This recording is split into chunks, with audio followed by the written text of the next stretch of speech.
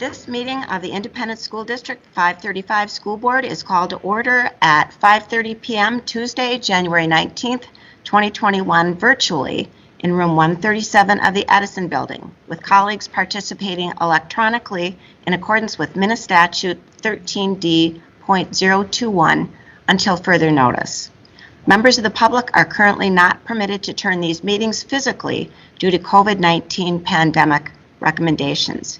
Interested members of the public are welcome and encouraged to view this meeting remotely at youtube.com/ISD535, where the live stream video may be found. We acknowledge that RPS sites are situated on ancestral lands of the Dakota people. We acknowledge and honor the Dakota nations and the sacred land of all Indigenous peoples. Present at this meeting are school board members and Superintendent Michael Munoz.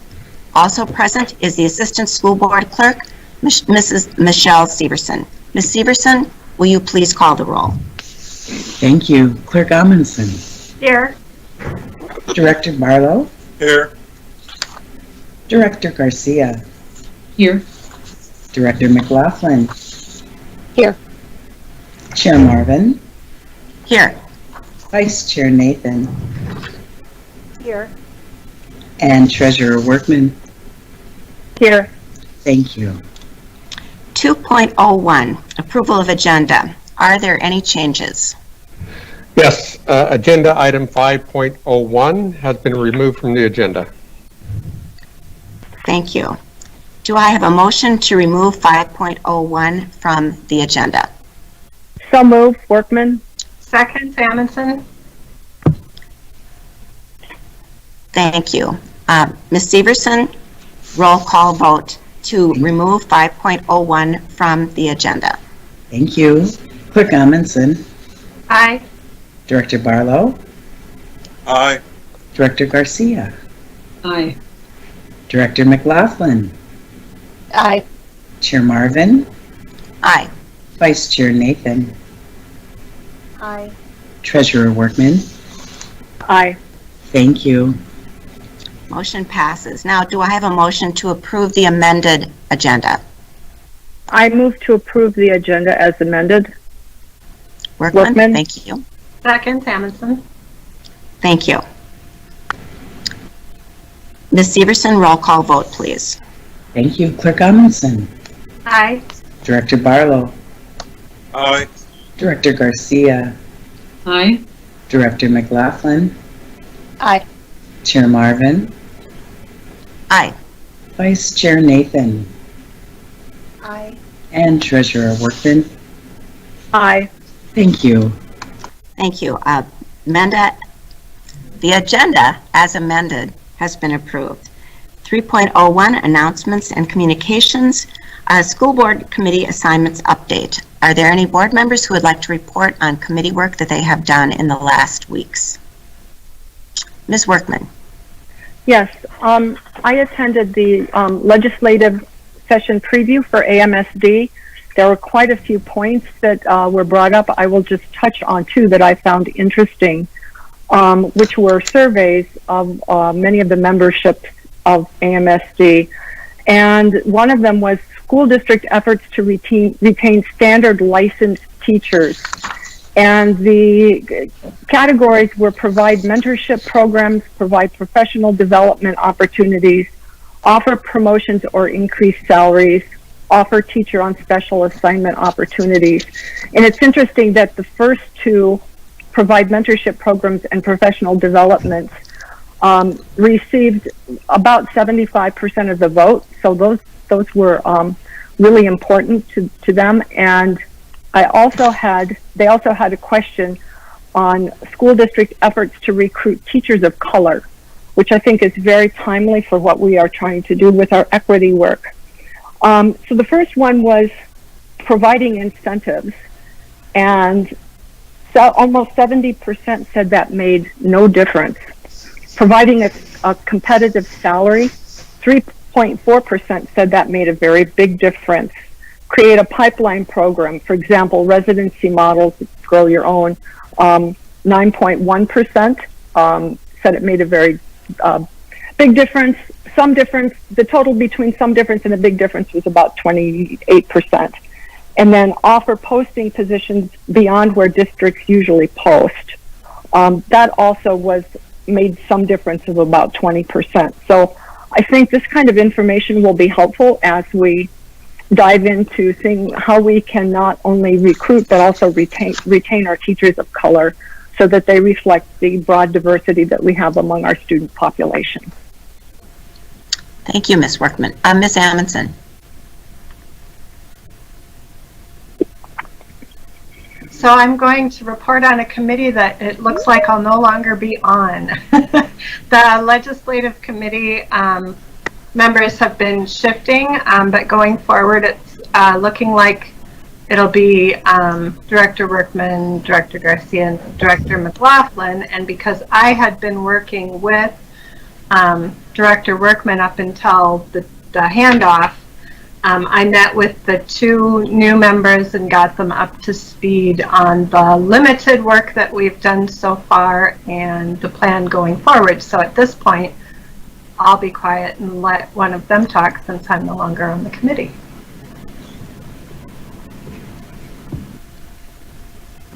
There's not much else to report. But Okay, and they may be the strong silent types who don't want to, talk at this point, but anytime you do the... 3 extremely enthusiastic members, so the committee's in good hands. Absolutely, thank you. Ms. Nathan. So I wanted to give a report from the Community Engagement Committee as a follow-up from our listening session last Thursday. We received in total between the questions from ahead of time and the chat questions about 750 questions, and we have been working through answering those, and people can anticipate it being posted up on the website sometime this week. Thank you so much. Any other committee? Mr. Munoz. Yeah, it's just a question for Director Nathan. That isn't 700 individual questions, just 700 total. Was there some duplicates, or was that 700 individual separate type of questions? 700 individual questions that we grouped into about 90 different categories. Okay, thank you. Any other committee reports? I had two briefly. We currently have 2 members on our ad hoc school board calendar committee. We have room for one more, so if any of you would be interested in formulating that calendar that the school board will use for the year, please let me know that. And there's a spot waiting for you. Who are the people? Currently, they're you and good. Ms. Nate. Otherwise, I was going to raise my hand. Yeah, because we don't want any fist fights here, and Ms. Nathan. Also, from both the Family Engagement Committee as well as the Student School Board, there were conversations and presentations about stress at home and how we deal with it. Clearly, for the last many months since the pandemic has begun, we are seeing families and students increasingly stressed about finances, about the pandemic itself, about work, about school, about travel, about so many different things. And one issue that was brought up both of these meetings was the idea of emotional contagion. That one form of stress that we're seeing a lot is when there is strong emotion, strong stress in the home, the brain accepts and reflects that emotion. So, for instance, when parents are stressed, and it's absolutely understandable where they would be, their children are picking up on that, and it affects how they process things, how they feel. It reflects, it encourages depression. So at both of these meetings, the individuals who were presenting talked with members present about how you deal with that stress. They talked about things like reflecting and sort of redirecting, processing with somebody else, and they gave some wonderful strategies about how people of any age can deal with the stress that they're experiencing at this point, and how as families we can come together to help deal with that as well. Okay, any other reports from committees? Ms. Nathan.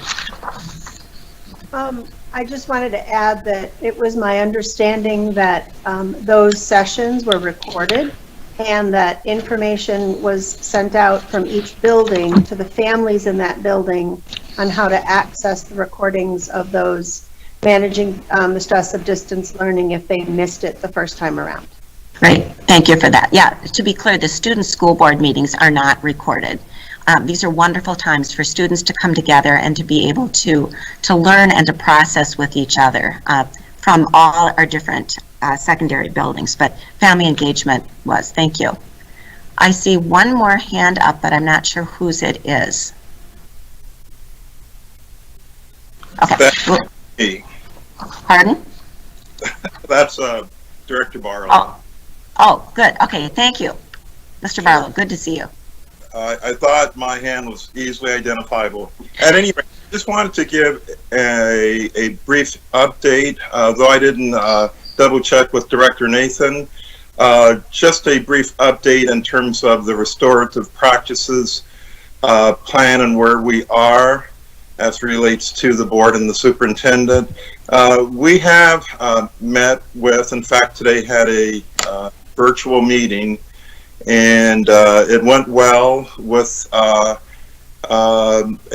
local vendor, if you will, and we've given them enough information for them to develop a plan that they will re-present back to us, and upon our evaluation, may have a successful vendor to provide that service. And so the purpose of my offering this to you at this point is simply to make you aware that when the board undertook this effort, this is a benchmark in terms of the progress we're making thus far. Thank you, Mr. Barlow. All right, we'll move along to 3.02, Cradle-to-Career update. This is an information item. Mr. Munoz. Yes, I'm going to turn it over to Julie Brock, Executive Director of Cradle-to-Career, to give us an update. Hello, board, and welcome to new board members. So excited to see your faces here. I am going to share my screen quickly and just talk very briefly about what we have been up to. So, let me see. So we are, Cradle-to-Career is a community-wide, community-owned initiative in which community partners work together with aligned strategies and programs to accomplish a shared result. We have 7 networks spanning from birth all the way up into early career, and out of those 7 networks we have 2 open right now, kindergarten readiness and high school graduation. We're very lucky to have Rochester Public Schools as a partner in both of these, as well as school board members and superintendent leadership at the board level. So this evening I'm here to share the outcome of a shared project between Rochester Public Schools and our network partners. In early summer, after distance learning, we heard from our parents that they needed some supports to aid in distance learning. And we understand that the effects of the global pandemic are far and wide for our community. But when we started to talk more and more with our parents, we recognized that caregivers working with learners needed maybe some understanding of what students need to know by the end of the year, just even for that sense of accomplishment or that sense of understanding, because that's something that is usually communicated through the classroom, but now we have parents and caregivers part of the classroom in a way that they perhaps haven't been in the past. So as a former educator, I know how jargony standards can be. They're written for professional educators. So what we did is we actually worked with educators to translate those prioritized standards for grades K through 3 in math and English language arts into everyday language. We gave some examples of how to practice those standards with learners and essentially kind of what success can look like. So we know the importance of learners being at grade level in math and English language arts is incredibly critical by the end of 3rd grade for their overall success. And so we really did focus our efforts on grades K through 3. So to find more information, you can go to our website, c2cmn.com, and you'll see on my shared screen, each of our Support Your Local Learner is on the front page, and when you click in, it actually goes to our standards videos, and you can click in by grade. And the other thing that we wanted to do is we understood that sometimes that translation from home language, from education language into everyday speak and then into home language is tough. So we actually did translate into Spanish and into Somali. So when you click in to one of our videos, podrás demostrar que comprendes cuando estás leyendo o escuchando una historia verdadera o de ficción, demostrar que entiendes las habilidades básicas necesarias para leer, comunicar palabras por escrito, utilizar estrategias para la lectura. Estos estándares son los que tu estudiante debe saber al final de cada año escolar. Esto podemos saber. So I'm not going to show you the whole 3-minute clip, but just wanted to let you know that we are here to partner and to wrap around and to make sure that parents and caregivers feel like they have the tools they need to support their learners' efforts.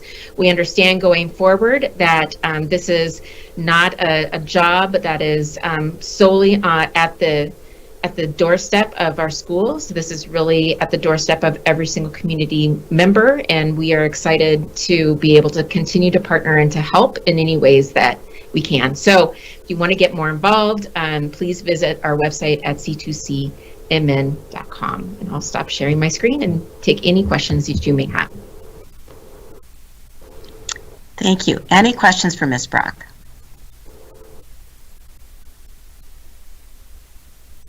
You've just told us everything there is to know. Thank you so much, Julie. This is such an important relationship that our district has with Cradle-to-Career, and we really appreciate your work. Thank you. Thank you. Moving on, 3.03 Family Engagement Town Hall Meeting Update. This is an announcement. Superintendent Munoz. Yes, I'm going to turn it over to Julie Ruzick, Coordinator, Family Engagement and Partnerships, Melissa Brandt, Student Services Program Coordinator.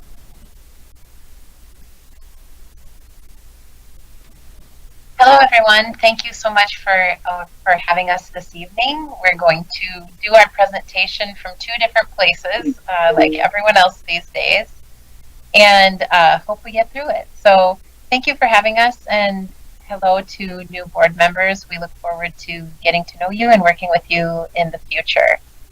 We're going to talk tonight about some town hall meetings that we held with different communities throughout a week to 2 week span at the end of December, and give you a little bit of information about the why of those meetings, what we found out, and then what we're doing to answer some of the questions and concerns that we heard during these town hall meetings. So I will let my friend and colleague Melissa take it from here. We're going to share our screen. We have 6 slides for you. Yes, and bear with me just 1 second. My internet cut out briefly, and thankfully I had a second computer up, so I'm just grabbing the presentation really quickly here.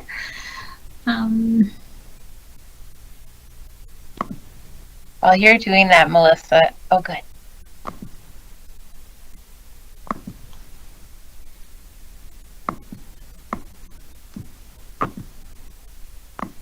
Are you able to see that?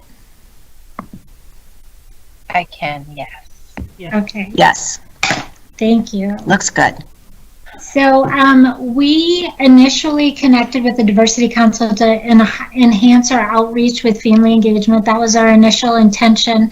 And the Diversity Council did already have some meetings arranged with public health. And so we came together and joined them once last spring. The Diversity Council had a town hall that we participated in, and we found it a very beneficial way to connect with our families.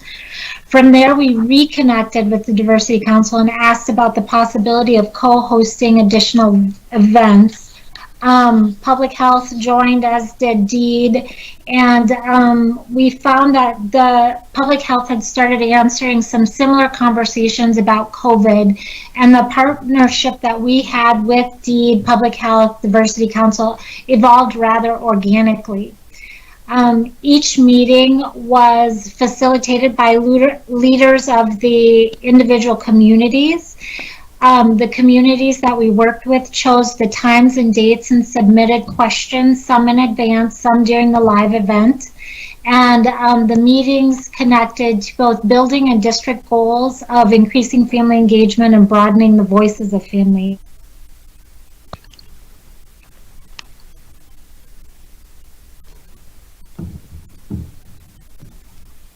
Are you there, Melissa? Oh, I think she's cutting out. Are you there, Melissa?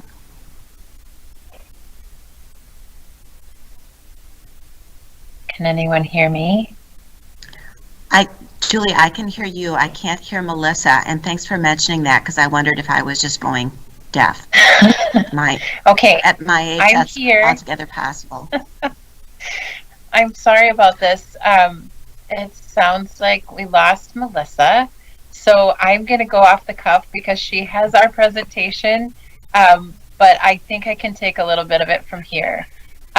One of the things that we found in meeting with these groups is that they had a lot of questions for us, which was great. Questions not only related to COVID, but related to almost anything. And that's how we set up the meeting, that come with your questions. We'll do our best to answer those questions, and whatever we can't answer, we'll go back and find someone who can.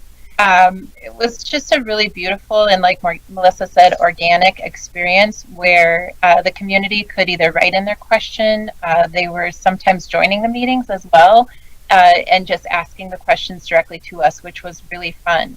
I think, are you back, Melissa? Nope. Yes. This is Mike. I pulled it up for you. Oh, thank you, Mike. I think we're on to slide 3. So here, we're not going to read through every slide, and we know we don't have very much time with you, but we wanted you to see the different meetings that were already held in December. These are just the places where we started, and we have every intention of adding more community meetings as we go. We've been engaging with various communities past post-meeting, and we will continue to add those meetings. So these were the small community meetings that we already held. And I shouldn't say small because some of them were quite well attended. We scheduled these meetings for an hour and a half. They were Facebook Live events, as Melissa mentioned, but most of them lasted closer to 2 hours, which was actually, again, very helpful. We were there to answer questions, and there were a lot of them. I should also mention, for any educators watching, there were also lots of compliments to our teachers. So Melissa and I felt very humbled and honored to receive those compliments of our teachers during this crazy time that we're currently living in. We agreed to continue with the meetings, so we are going to be having more meetings coming up actually here in the next week at the end of January, and we will continue to have those as frequently as we can. Hopefully, I think I heard once a month or something like that.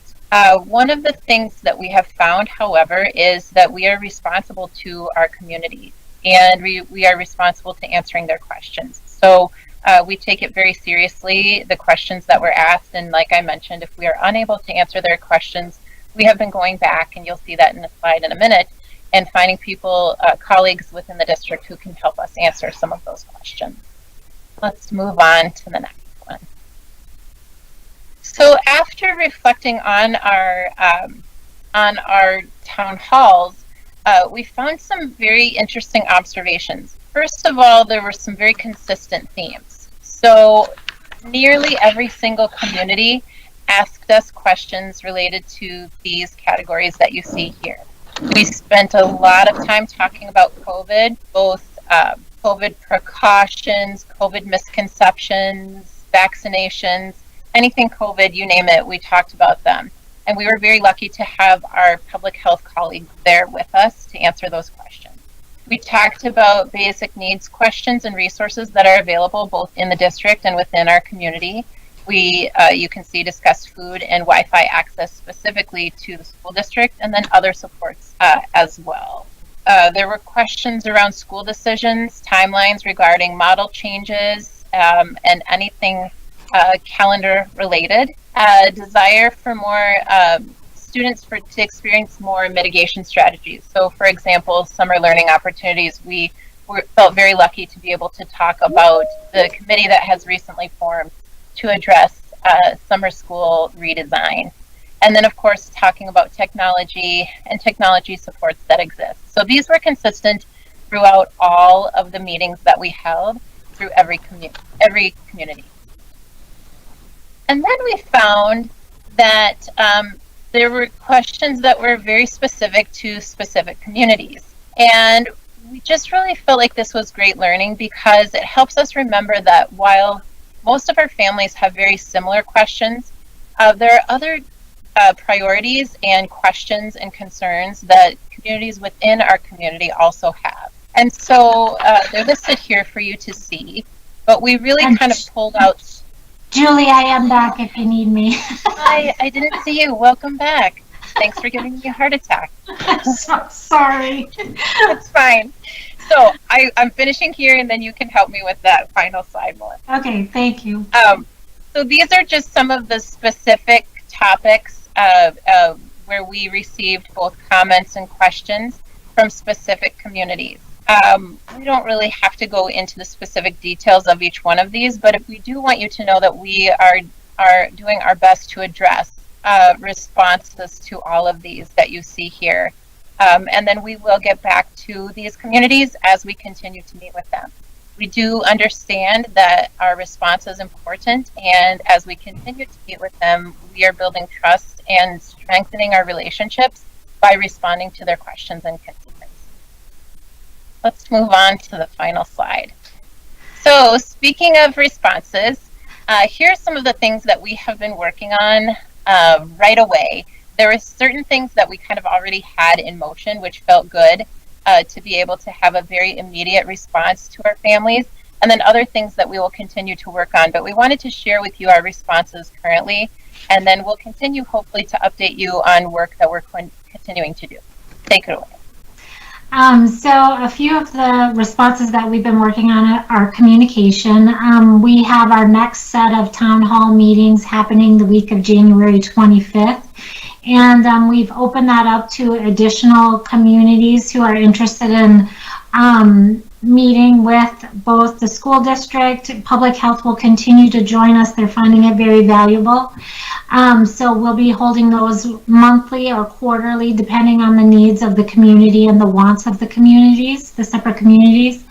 Additionally, we've started creating RPS monthly outward going YouTube recordings in different multiple languages, so that families have access to that sort of technology and technology supports.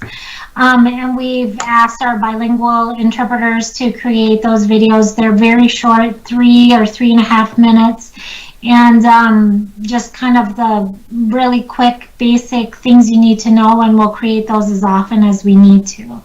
We've also done some direct outreach to community leaders, and we're working on additional opportunities to connect one-on-one with small group communities as well for communication pieces. To add a little piece to our videos that we're also recording, many of our families that participated in the town halls asked us to provide something verbally to them instead of written translation or something that was available only on a tech app.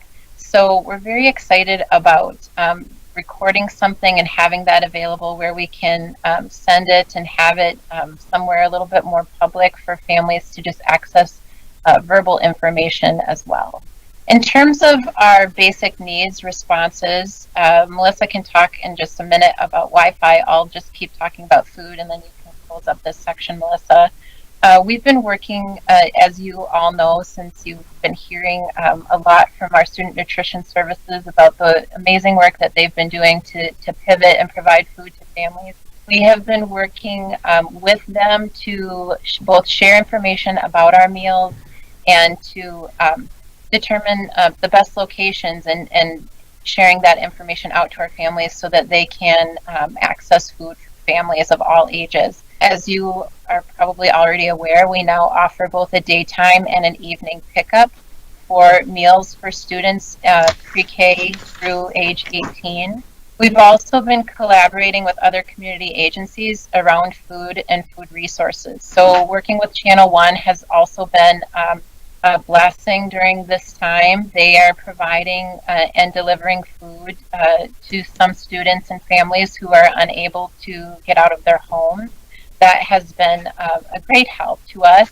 And they also co-wrote a grant with us for the Oak Terrace neighborhood. So we will be doing a place-based grant to deliver culturally responsive food to the Oak Terrace families, and we will be working with the Oak Terrace families and Oak Terrace leadership later this week to develop what that program will look like. So we're very proud of our of the work we're doing around food and food access.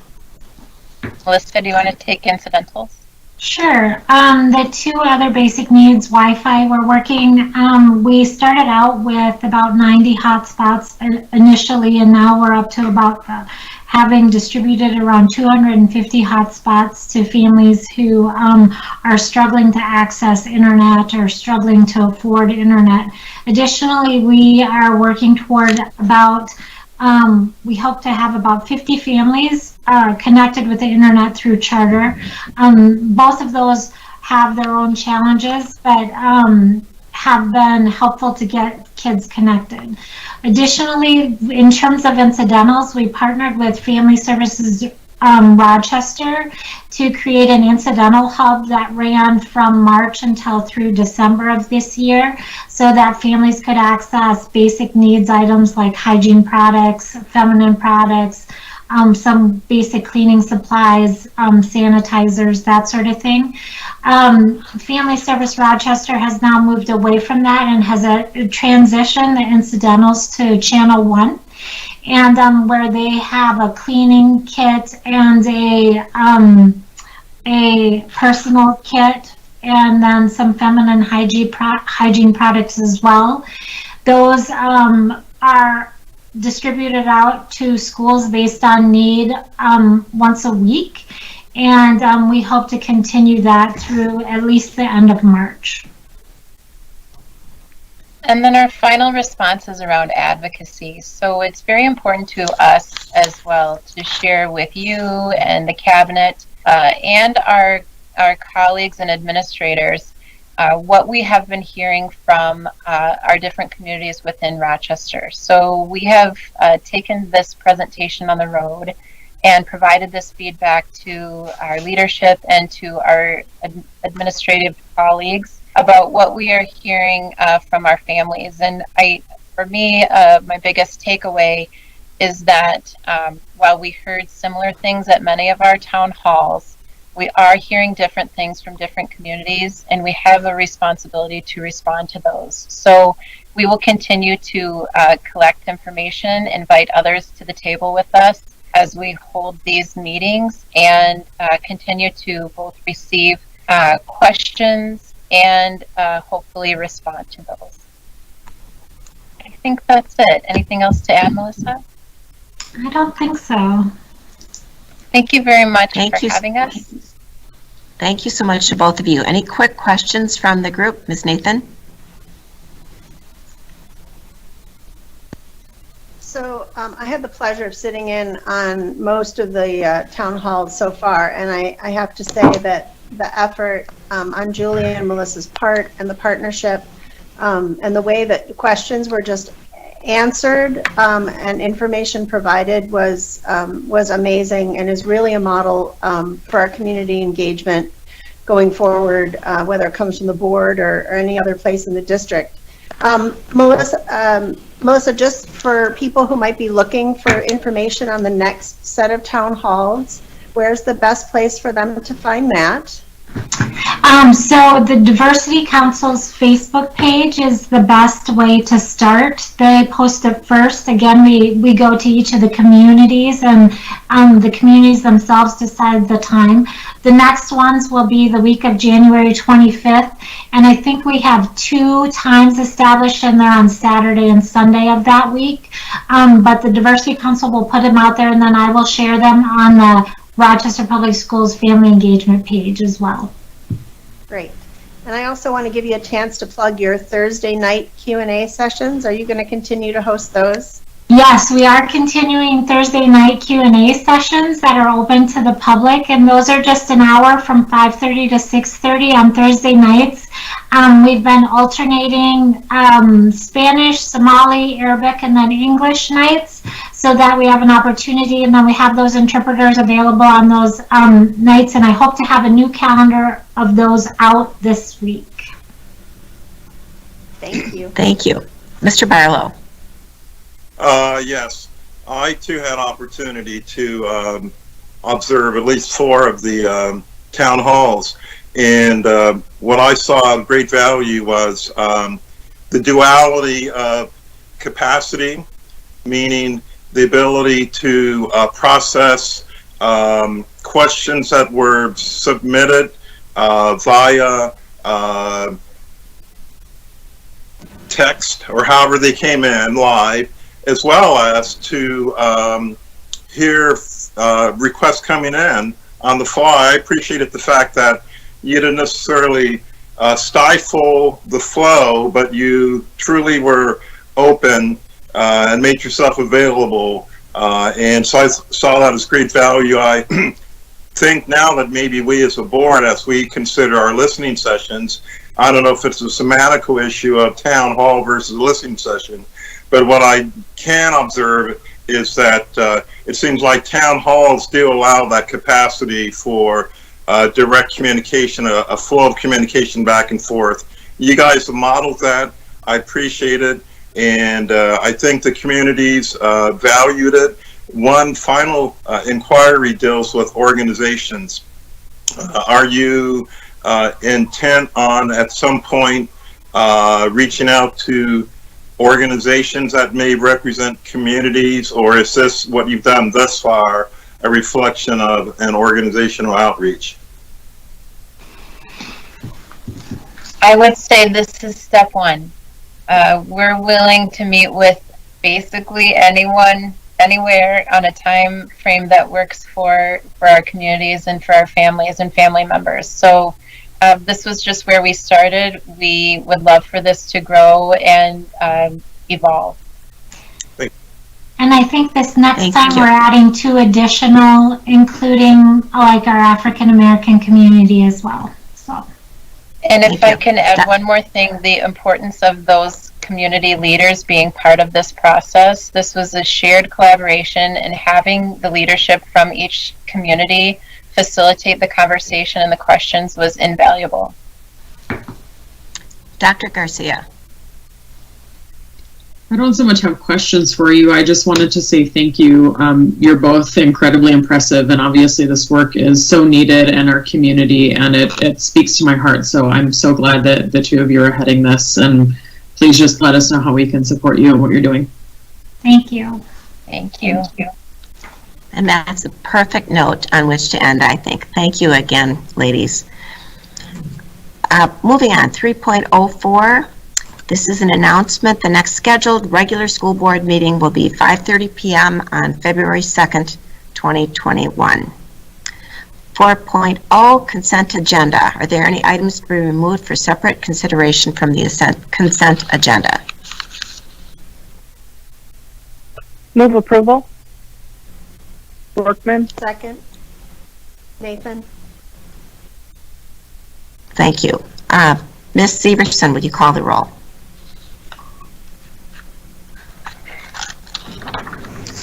Thank you. Clerk Amundson. Aye. Director Barlow. Aye. Director Garcia. Aye. Director McLaughlin. Aye. Chair Marvin. Aye. Vice Chair Nathan. Aye. Treasurer Workman. Aye. Thank you. Motion passes. 5.02 Secondary Learning Model. This is an information item. It's information only. Chair Marvin, Sorry, thank you. retirements. Oh, you think I would get this right by now. Mr. Munoz, I know you want to recognize our employees who've retired. Thank you. Yep, thank you. First, we have 4 teacher retirements. Brenda Flynn, second grade teacher at Jefferson Elementary, effective June 30th, 2021, with the district 22 years. Greg Fox, grade 6 teacher at Kellogg Middle School, retirement end of the day, June 7th, 2021, been with the district 33 years.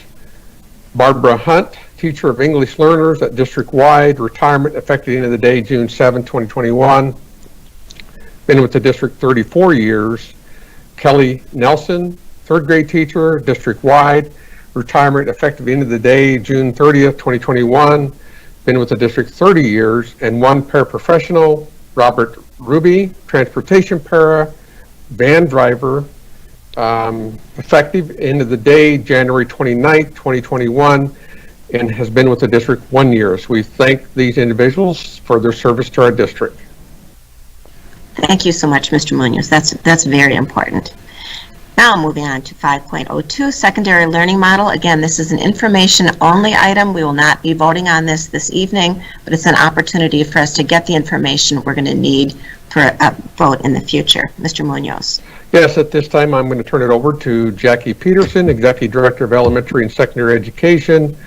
We also have Eric Johnson, John Marshall, Principal, Andrew Capel, Willow Creek, Principal, Heather Willman, Curriculum Instruction. Jackie. Thank you, Superintendent Munoz, Chair Marvin, and members of the board. Thank you so much. It's our pleasure tonight to share with you our proposed plan for returning secondary students in a hybrid model. I can tell you one thing for certain, and that is our secondary team of leaders and teachers are very excited at the possibility of returning to some form of in-person with our students. We miss them, and we look forward to the day when we can be in person, even in a hybrid model. You're going to hear from our 3 presenters who I'm honored to be presenting with tonight, outstanding leaders that do amazing things in our district. They will share how this plan has come to be.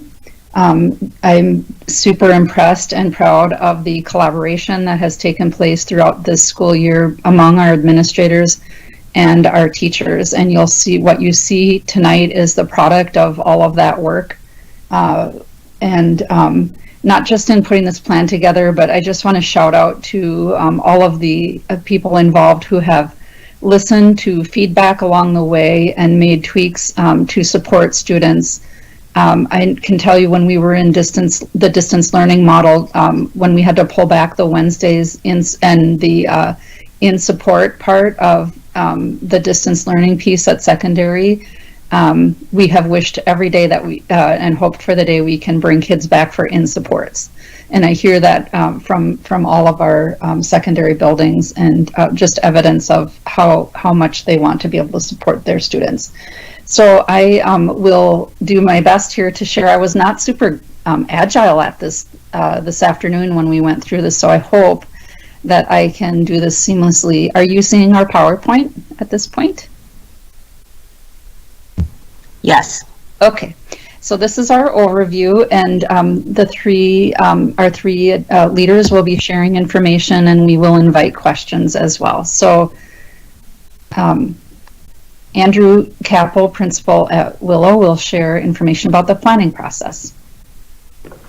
I think, is this Mr. Actually, I think I'm going to jump in on this one. Oh, I'm sorry, Eric. No problem.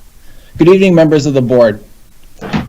As we begin our conversation about hybrid discussion and the planning we've been doing, I want to share some of the things that we've been thinking about and talking about at the secondary level.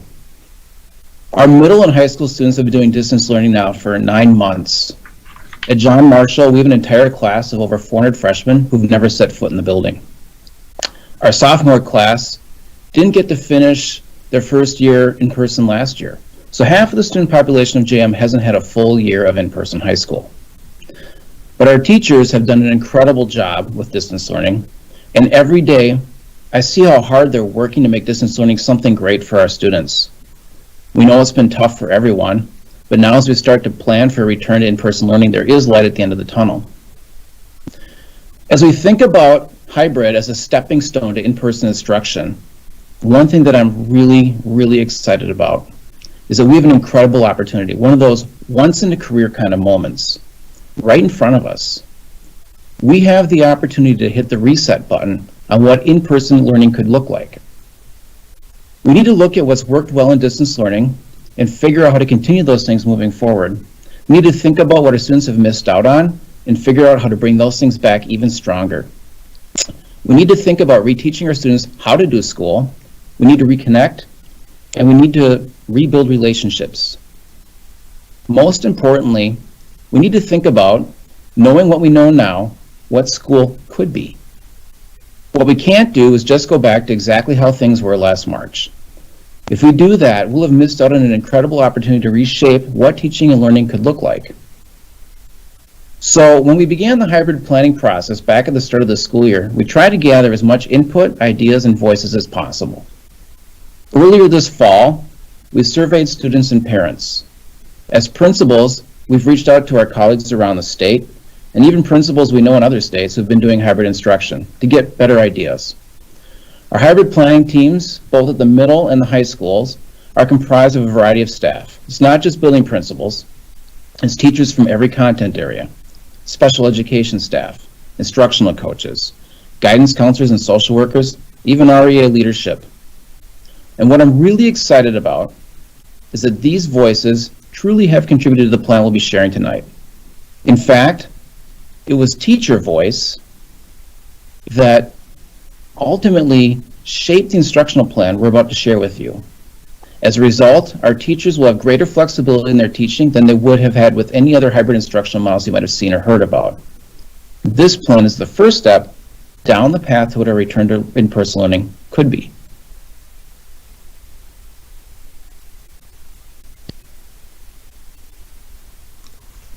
All right, good evening, board members. I am up to talk about our proposed schedule that we have for a possible return to hybrid. With distance learning, both the middle school and high school have been in a block schedule format. So our students have seen their core classes every other day in the high school, and then they're every other day in the middle school with the addition of electives on an A-day, B-day schedule every fourth day.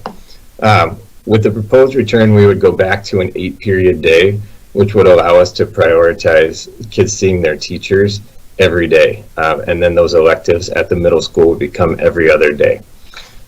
What we saw as we went through this is that our schedules were designed around that 8-period day, and to effectively maximize instructional time, we would have to return back to that 8-period day, as well as looking at lunch and open hours being extended periods of time that we need to reduce in order to maximize that time. The secondary students then, like I mentioned, would have their classes each and every day. For the high schools, they don't have a rotation, so they get 2 days of in-person with seeing teachers both days. At the middle schools, an example of our A-day, B-day classes would be like Phi Ed. Our students have that class every other day on our normal schedule, so they would have a chance to see their teacher in person one of the 2 days that they were there. But a core class, like an English or social studies class, they would see their teacher each day. And at the high school, that would be the same. So what that would look like for students is they would be assigned to either group 1 or group 2. They would come on Monday, Tuesday, or on Thursday, Friday. And then that Wednesday in the middle would become an asynchronous day, which would provide students the chance to get some individual instruction from their teacher, some reassessment, reteaching, small group or mental health supports, as well as just a chance to touch base with their teachers. So. Thanks, Eric and Andrew. And next we'll talk about the instructional model, and Heather will introduce that. Thank you. So we're excited about instruction occurring in one of 3 different pathways, but what's important about those pathways is that they all focus on instruction around the prioritized learnings in the course. So those are the pieces that are the most important, enduring pieces of knowledge in the course.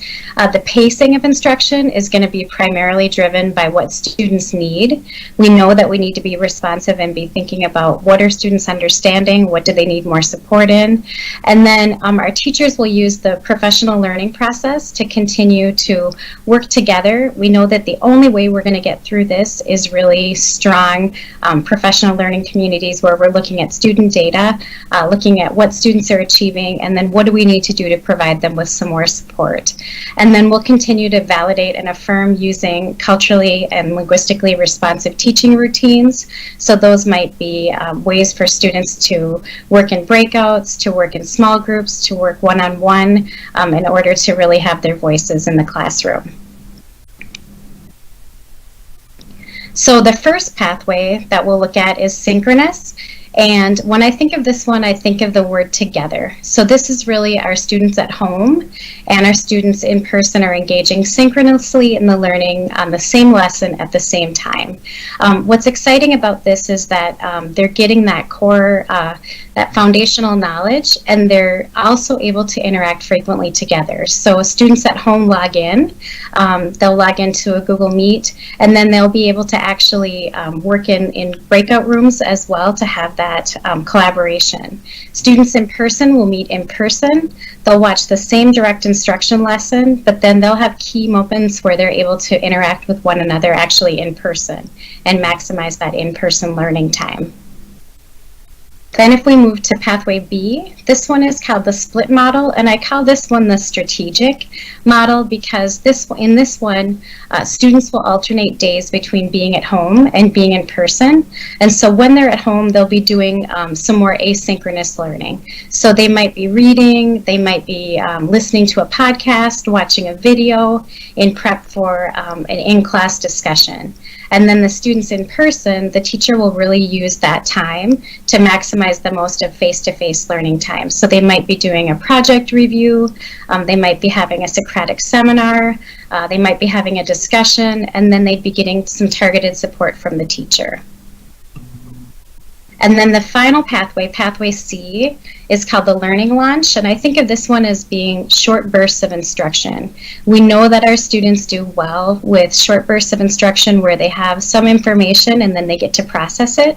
So in this model, students would log in, they'd all log in together. The ones at home would log in as well as the students in person. They'd have a 15 to 20 minute learning launch, and then after that the teacher would differentiate their support depending on what the students would need. So if they were home, students might work on asynchronous assignments. If they're in person, they might be engaging in discussions, projects, and then they'd be able to get targeted support from the teacher. So I think the most exciting piece of this is that we know that with hybrid, we've learned there's no perfect model. We've heard from many of the teachers who have tried to implement this in other places that there's lots of challenges, and we really feel like thinking about these 3 pathways can really help us be fluid and flexible and meet our students' needs. Thank you, Heather. Now if I could just switch gears here and share a different PowerPoint. Eric Johnson has some examples for us of what this might look like because we feel we would like to illustrate what a day might look like for a student under any of these given models. So let's see if I have the right PowerPoint. Eric, am I on the right PowerPoint? Yep. Okay, and I will go ahead and put this in present mode. Okay. So if we want to jump to the next slide, there you go. So this first example was created by a John Marshall English teacher, and this would be for a speech class. This example would be what the pathways might look like over a 3-week period in which the teacher is using a different pathway each week. So as you can see in the first week, the teacher's chosen pathway A. This teacher is providing direct synchronous instruction, preparing for the next speech, virtual and in-person instruction is identical. So therefore, the students who are in the classroom are going to be getting the same instruction as the students who are at home. Everyone's getting the same thing at the same time. This is the typical model of hybrid instruction that we've all become familiar with. In week 2, the teachers move to pathway B. So this means that there's a self-guided lesson that's used for the virtual students for their speech models. In other words, they're working independently. The in-person students are working at the podium, they're practicing their speeches, doing things directly with the teacher. On Wednesday, that's that asynchronous day, the teacher is creating 5-minute conferences to work with his fully distanced students. We have to keep them in mind as well. Week 3, we look at pathway C. This would be presentation week. So it starts with a full class discussion. That's both the in-person students and the at-home students having a discussion of what the rubric looks like and doing some warm-ups for 15 minutes. At that point, the virtual students are going to log off and the in-person students are going to deliver their speeches. Again, the full distance students would deliver their speeches on the asynchronous Wednesday. So that's one model. If you want to advance this slide, we can look at another. So here's an example that's created by a 9th grade history teacher here at John Marshall. This would be world history, and in this situation, the teacher is changing the pathways by days of the week. So not just one per week, but she's doing one each day. So on Monday, we're looking at pathway A. Again, synchronous learning, everyone's getting the same thing in class or at home. On Tuesday, the teacher's moving to pathway B. So, and in fact, this teacher is actually kind of doing a blend of pathways B and C by doing a 10-minute explanation of the lesson expectations to everyone. Then the virtual students log off, and the teacher is working again with the in-person students. Wednesday is the student support day. It's asynchronous. It's a time for this teacher to do student conferencing, provide reassessments, and provide student work time. Thursday, the teacher goes back to pathway B, very similar to what Tuesday looked like. And then on Friday goes to pathway A, which was the fully synchronous learning. So that's just a couple of examples we thought we'd share with you. Yeah. Was there more there, Eric? I'm sorry. There are more. If you want, we can continue, or if we think we haven't had enough examples, that's fine too. Maybe we can save those if we have more questions from board members. So I will go back to our original PowerPoint. And one thing I want you to know is, as Jackie's pulling that up, is that we're committed to professional development and really working with teachers on building these models collaboratively. So we're collecting right now examples from different content areas, and then we'll be continuing with professional development for them to think about how could this look and how do we make sure that these models work really well for students at home and in the classroom. And that is the critical point because our distance learning students will be able to participate along with hybrid students, and we feel this will be a very fluid model, especially considering we may have students and teachers who may need to quarantine should there be close contact determined. So this allows a very fluid path for all students and actually all teachers. Okay, so am I showing you the PowerPoint again?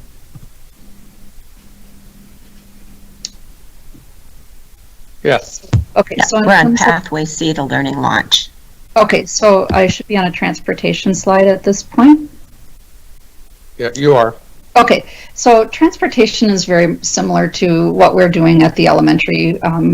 The transportation will be based on students who qualify. We will, in a registration process, ask our students or our families to indicate their plan to utilize transportation. If they do indeed qualify, many of our, especially high school students, do not use transportation provided. So we'll need to get a really clear picture of who plans to use our buses, and our goal and what we need to do is keep our buses at 50% capacity. So it will help, as it has at elementary, when parents have indicated they're willing to transport privately. Lunch and passing time. We have touched on the fact that our campuses will be closed. We feel this is strongly that this is a very important mitigation strategy so that we don't have students leaving in groups for lunch and coming back, that we can keep kids accounted for and know who's in the building at all times. Our lunchrooms do need to be at 50% capacity, and we do know that we may need to utilize other spaces in the building, really depending on how many kids indicate they're planning to come back for hybrid. And that is something we will, some information we will be gathering yet this week. I just want to share that through the end of this school year, lunches will be free to all students. So that will help in this process. We will be able to move students through the lunch line in a more efficient manner, since they won't have to type in their number or take care of a payment. Just a note, in case people are getting super excited out there, this will start out with just regular lunch, not a la carte, and as we kind of get a grasp on how this is going, could slowly add a la carte items that students would pay for. But to begin with, the lunch will be lunch that we can provide for free. And then also passing time may be adjusted so that we can make sure that we're safely social distance when we're passing, and then also so that cleaning can take place in the classrooms between groups of students. And then these are mitigation strategies that you are already familiar with, because they're in place at our elementary sites and have been in place at the secondaries when we have brought students in for support. One of the bigger differences being that now staff will be wearing the visor that was called for by the state, and actually our elementary sites have been using those. Today was their first day back, and by all accounts those visors are working pretty well. So that is the end of our formal presentation. Yes, before we open it up to questions, there's a couple things I want to add. I like the 3 different pathways, because that gives teachers more flexibility to adjust either based on content or based on what you're teaching that day. The part I get to add is our recommendation when we would move to a hybrid model, and our recommendation is that we would use 50 as our county data to make that shift to a hybrid model. I can tell you right now, as of January 16th, our rate was 54.5, so it's moving its way down to that area. Our recommendation would be that on February 2nd, the board would have a conversation about secondary shifting to a hybrid model.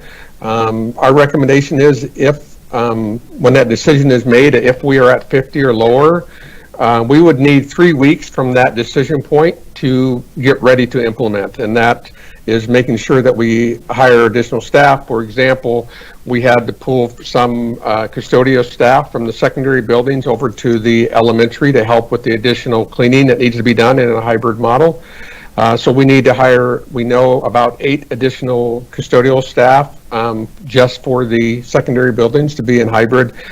We have to recall our S&S staff that were released when we went to full DL. And so we do need some time to get prepared for that, implementing the hybrid model. So it'd be 3 weeks from when the board would make a decision. That's the day that we would start. Our recommendation would also be that during that 3-week window, if for some reason our county data would spike above 50, we would revisit that conversation before we would implement. But our number that we feel comfortable with is that 50, and then having that 3-week window to before we'd implement it. And then the final thing I want to say is that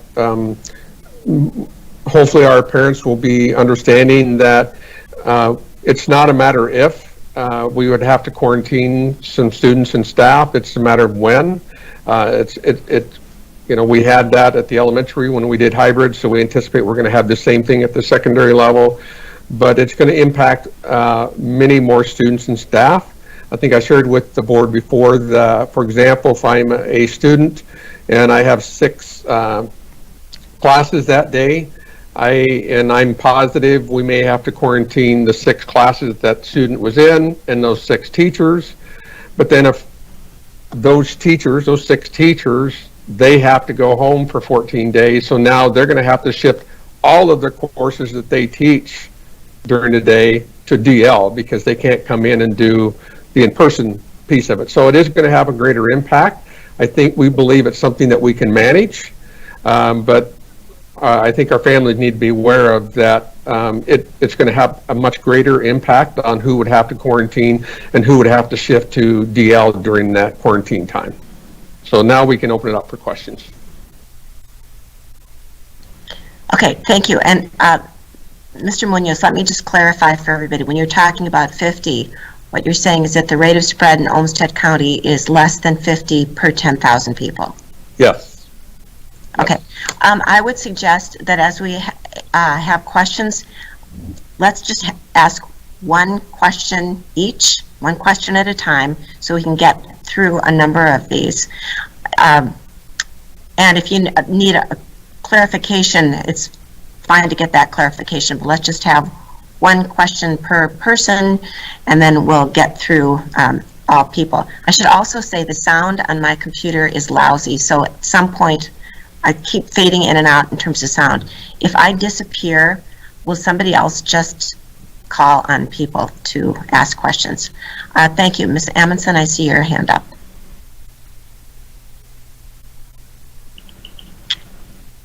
Ms. Amundsen.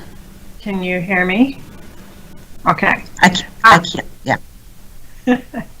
I just wanted to say that I really appreciate the sharing of examples of specific details that need to be managed. I love being able to see examples of how much planning goes into for the teachers into their lesson plannings in different types of models, because I've heard a lot of people say, you know, well, what's the difference? They'll just be in front of their camera talking about the same things they would be if they were meeting in person in the classroom.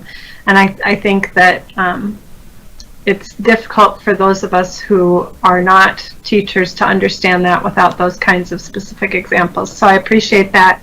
And I appreciate the examples of why we might need so much time to get the kids back into the building, such as hiring additional custodial staff.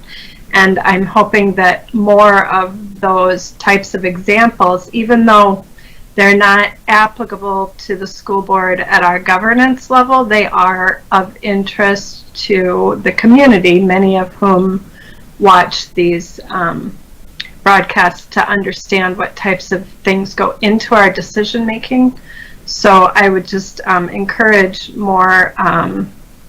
We may think that we're bogging down the conversation by giving small examples like that, but I think it's very eye-opening, and this has been a very divisive type of decision process. So I would say more of that, and thank you for what you have shared so far. Thank you. Okay, I think I'm gonna have to step away and get reconnected again.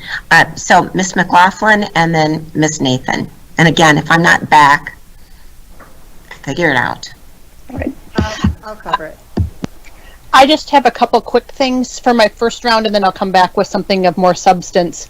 And you may have explained this already, but the hiring of the additional custodial staff, they'll be the ones that'll be cleaning the classrooms. Well, part of what we do at the elementaries, we do have, teachers do have to take on some cleaning responsibilities, but there's additional high-touch areas that have to be cleaned. We have to do some deep cleaning on Wednesdays in between the two different cohorts. So we just knew the amount of staff it took to have a hybrid model at the elementary. I've asked Scott to work with his team to determine what's the additional staff need to do a hybrid at secondary, and it was eight individuals. So it'd be kind of a group effort between the custodial staff and the teachers as needed? Yes. Okay. And then just for my education, because I don't know, you talked about recalling the SNS staff. I didn't know what that was.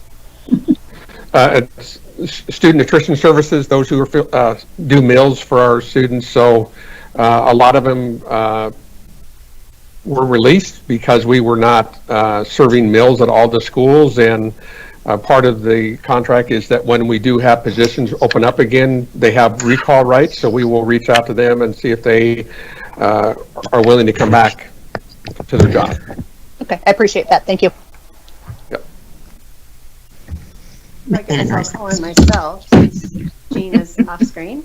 Ms. Nathan. Superintendent, I may be back.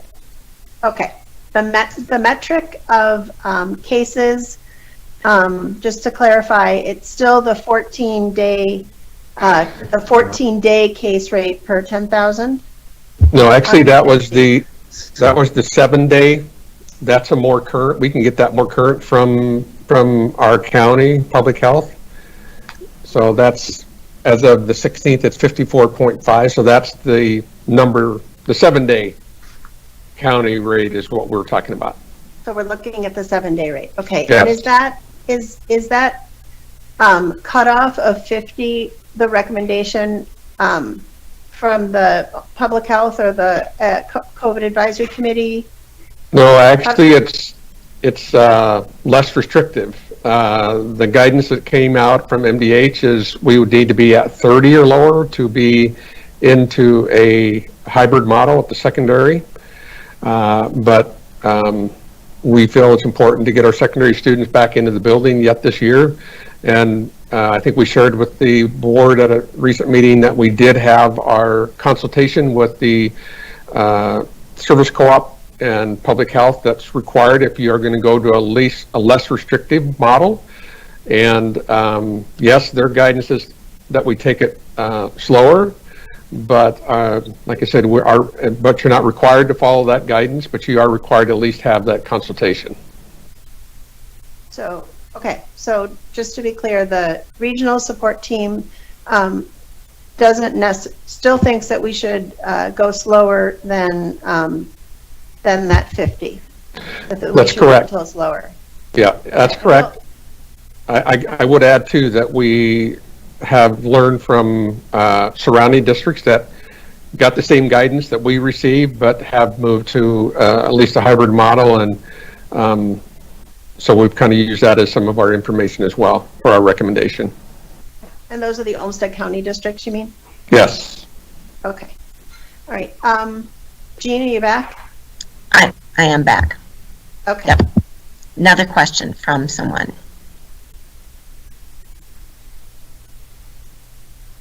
Ms. Workman. Yes, I have a question about transportation. When you mentioned students would be driving to school as opposed to taking the bus, what kind of effort will be made to make sure that students don't ride with multiple students during the course of a week or the day? So, you know, they come to school with student A, B, and C, and they leave school with D, E, and F, which to me, you know, sets up a position where there can be an opportunity for more spread. And will they be required to have no passengers? There's, what, is it 3 feet of social distancing then when we're in the hybrid model? So if you could maybe touch on how you might have some controls, if any, over that. We would have none. We could encourage them not to ride with, you know, have passengers in their car. Part of the questionnaire that we are going to be sending out this week to our secondary parents and guardians is, if your child qualifies for transportation, would you be willing to provide that transportation? So what we're doing is trying to get those numbers so we can determine how many buses we need to maintain that 50% capacity on our buses. And this is also, I know a lot of feedback that the board has received from parents that why don't we ask parents if they would help us with the transportation piece. So this is to try to capture that. But we can encourage it, but there's no way we can enforce them not having somebody else ride in the car with them. Okay, thank you. Mr. Barlow. Yes, in terms of the questionnaire, some parents, I won't say all or most, but some parents, they seemingly are either, they feel, some may feel that they're not getting the questionnaire, or they're not, what they're responding to isn't really what is being reported. So I guess my question is, how can we be assured that all, I'm going to use this term, all parents, but how can we be sure that the majority of parents will get the questionnaire? And do we track on any level the percentage of respondents? You know, when we do issue a questionnaire, then can we, is there a threshold amount, at least 80%, or just throwing a number out there? So if you could provide any guidance or have a thought regarding that. Yes, we do keep track of the number of individuals that completed it. I know at the elementary, they took an extra step, and families that they have not heard from, they made a call and reached out to them to get their input. But we still had some families that did not complete the elementary questionnaire. I'm assuming we can do this something similar at the secondary level, but it's doubtful that we would get 100%. We don't have a threshold, I guess. As we bring that data to the board, you'll have to determine if that's enough input. One of the things that we really are trying to be cautious of is that the wording on this questionnaire is not a vote for a model. My understanding, there was some concern brought to the board that, well, I voted back in October when I filled that out, and it was not intended to vote on which model that you would prefer. It's just strictly asking something simple like, if we move to in-person or hybrid instruction, would you send your child to the school or would you remain in DL? And then there's a question about the transportation piece that I mentioned, but it's really not to get parents to vote on what model we should do. It's more, if we move to some form of in-person, will you send your child? Because we know some, I know I've heard from some who say, you know, I'm going to keep my student in DL the entire year. It's working well, and we're going to maintain that. So it's more for us to get a number of how many students are going to be willing to come those 2 days in person for the hybrid part, and which ones are going to stay full DL. And then we need those numbers to try to calculate how many buses we need to transport those students that do have to ride, but staying within that 50% capacity. If I could add what the document we have in board docs that outlines the proposed model, we heard from our previous survey of parents that they needed more information in order to make the decision about their child going hybrid or staying DL. So they will receive the information that you have seen in board docs that will outline a lot what we've shared tonight. And we'll call this a mid-year registration versus a survey. That was helpful with elementary, so parents understood that they were essentially registering for one or the other. I know at the elementary, in addition to phone calls, we had staff making home visits to get responses from parents. So we will make sure that we hear from all of our parents once we put this mid-year registration form out. Dr. Garcia? Yes, thank you. My question is, it's coming from emails that I've received from some of the earlier high school students, so I'm meaning freshmen and sophomores. So they're wanting to know what or how can you work with the students in these differing pathways for the ones that don't have consistent access to internet or don't have a stable connection. So for example, if they keep getting disconnected on when they're supposed to be doing synchronous work, how do they get extra help? Is that something that happens on Wednesdays? Do they schedule additional appointments? Because I think there's some concern that they're going to be just automatically slated for credit recovery if there aren't other options to help them connect when they're not able to due to technology issues. Yeah, I guess the first thing I would say, and then Eric, if you want to jump in afterwards, I would encourage those individuals to reach out to their building administration. And you heard earlier with Melissa and Julie, we're continually working to find ways to get families stable internet. So making the school aware of that. And then, right now, even with this week, we started Distance Learning Plus, where one of the reasons students can physically come into the school if they are having Wi-Fi access issues. So that's something that the school can help them out with that too. But I don't know if Eric, you want to add anything else? Or Yeah. Andrew? No, and exactly what Mr. Munoz just said, you know, it was really a difficult stretch. We were completely DL to help those students in that situation. We have some incredible outreach teams who are going out to houses, meeting with families, talking to students on a daily basis. But now with the return of the in-person supports that began today, we're able to open up some of those computer labs once again. You know, very limited numbers. Obviously, we don't want 30 kids in a computer lab, but we can start moving kids into those areas, our library. We have areas around our buildings where we can start bringing kids back into the building. We have a reservation system that we use here at John Marshall called FlexiSched, so we can use that for contact tracing as well. And again, we understand that, you know, even systems like that don't work for students who have inconsistent internet access, so we do work with students on a case-by-case basis. So absolutely, the students should reach out to the school. We have our outreach people who come to houses as well. We'll work with every student we can. Yeah, and I'd also add too, Cradle-to-Career, and Julie was just on earlier, I know she worked with community partners to provide locations for families could go for internet access if they were not able to get it at home. And I just recently met with her, I think it was this week, and told her as we start looking at moving our secondary students, you know, make those community partners aware that they may have to expand opportunities for families to go to these various locations to get assistance there. Thank you, everybody.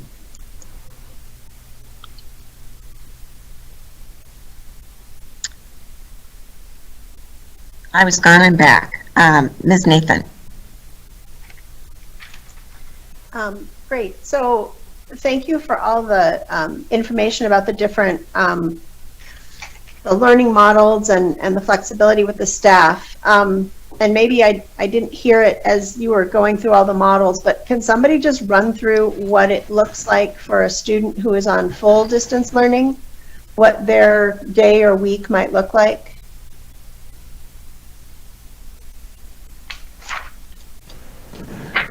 I could tackle that, Kathy, and then you guys can jump in. So I think it will depend on what pathway that teacher is using in the classroom.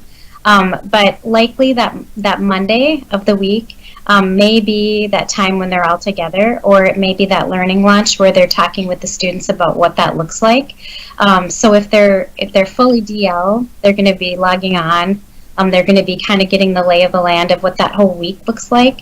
Our teachers will be posting that in their Google Classroom, and some of our teachers also have a Google site up so that the students can see that weekly plan.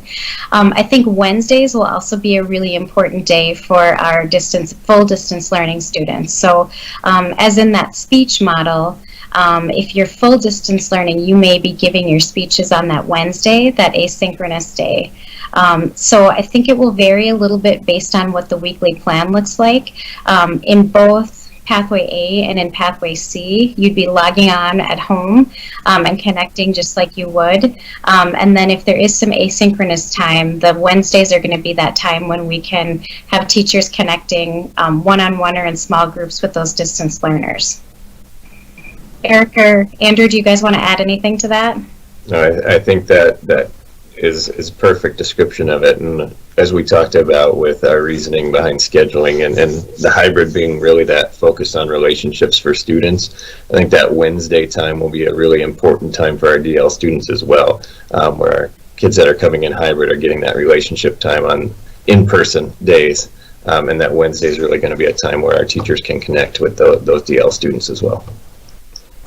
And just to add to that, you know, I think it's important to underscore that we recognize that, especially for our DL students, but for all of our students, but especially our DL students, that communication will be critical. And just as Heather shared, you know, our teachers can post those schedules to their Google Classrooms as well as their Google Sites so that both students and parents can stay on top of what the different learning pathways might look like for our students.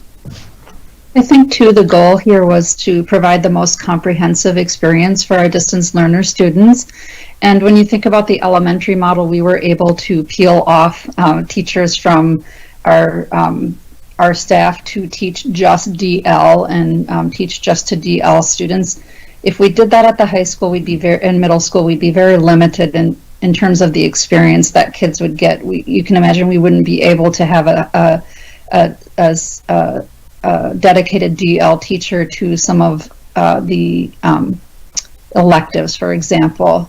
And so it's in this way, our kids can have the most comprehensive experience possible, and along with that fluidity, if students need to quarantine for 14 days, that would be very seamless under this model. They would just become DLs for temporary. Yeah. Sorry, Jackie. Ms. McLaughlin.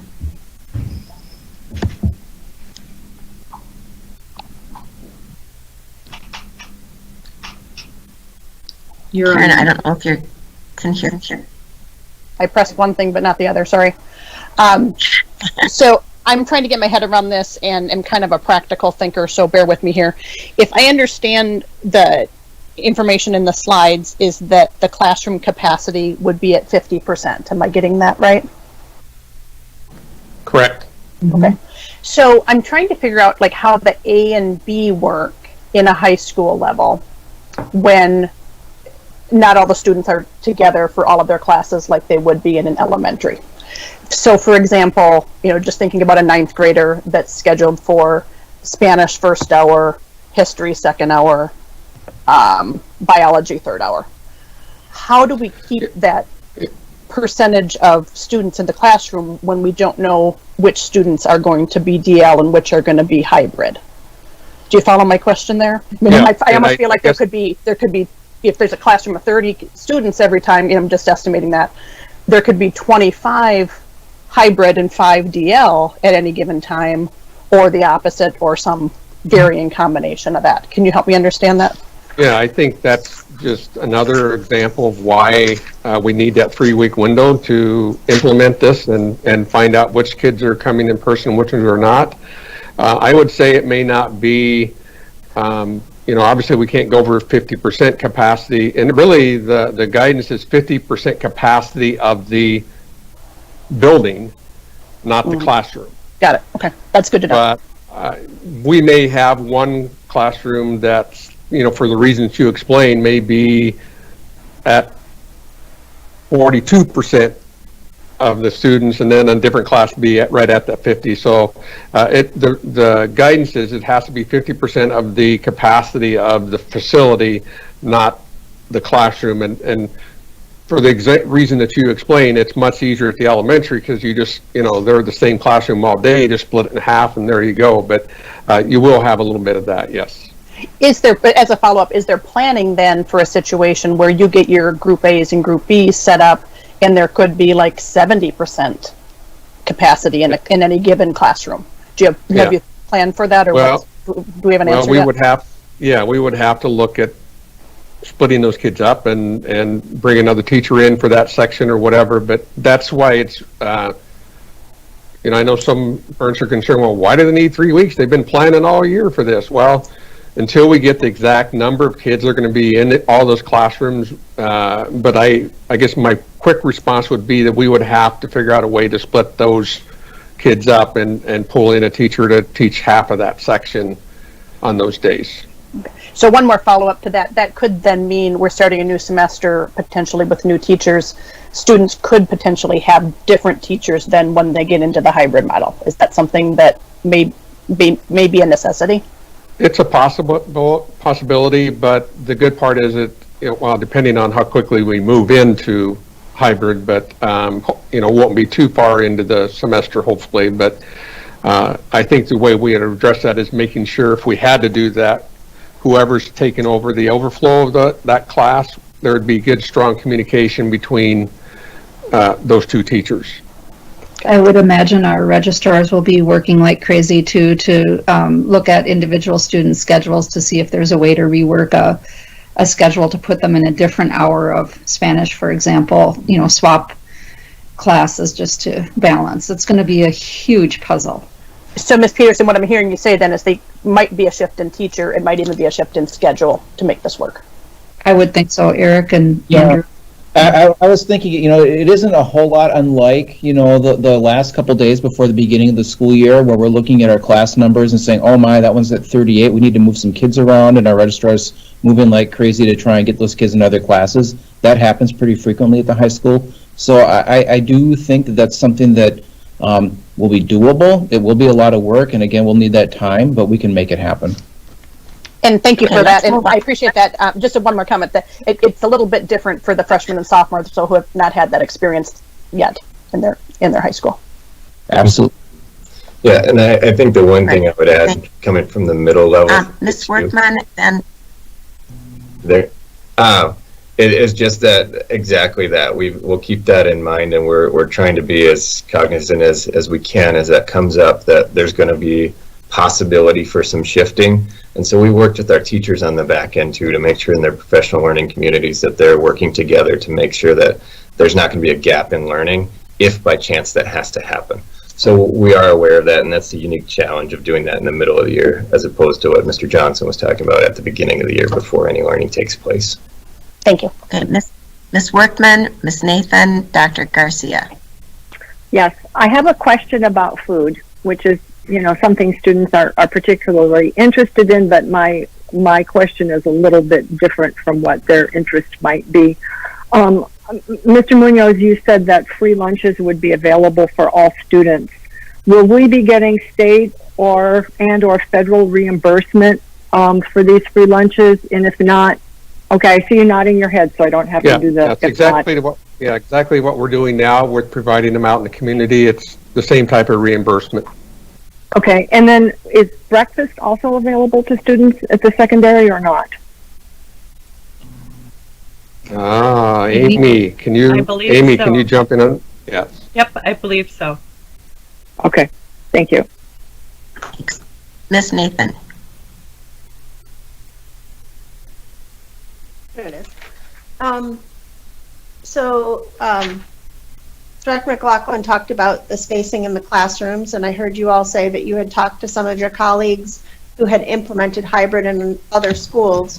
What are they saying about the social distancing in the hallways during passing time, and how successful they've been able to manage the crowds? They say it's a lot of work.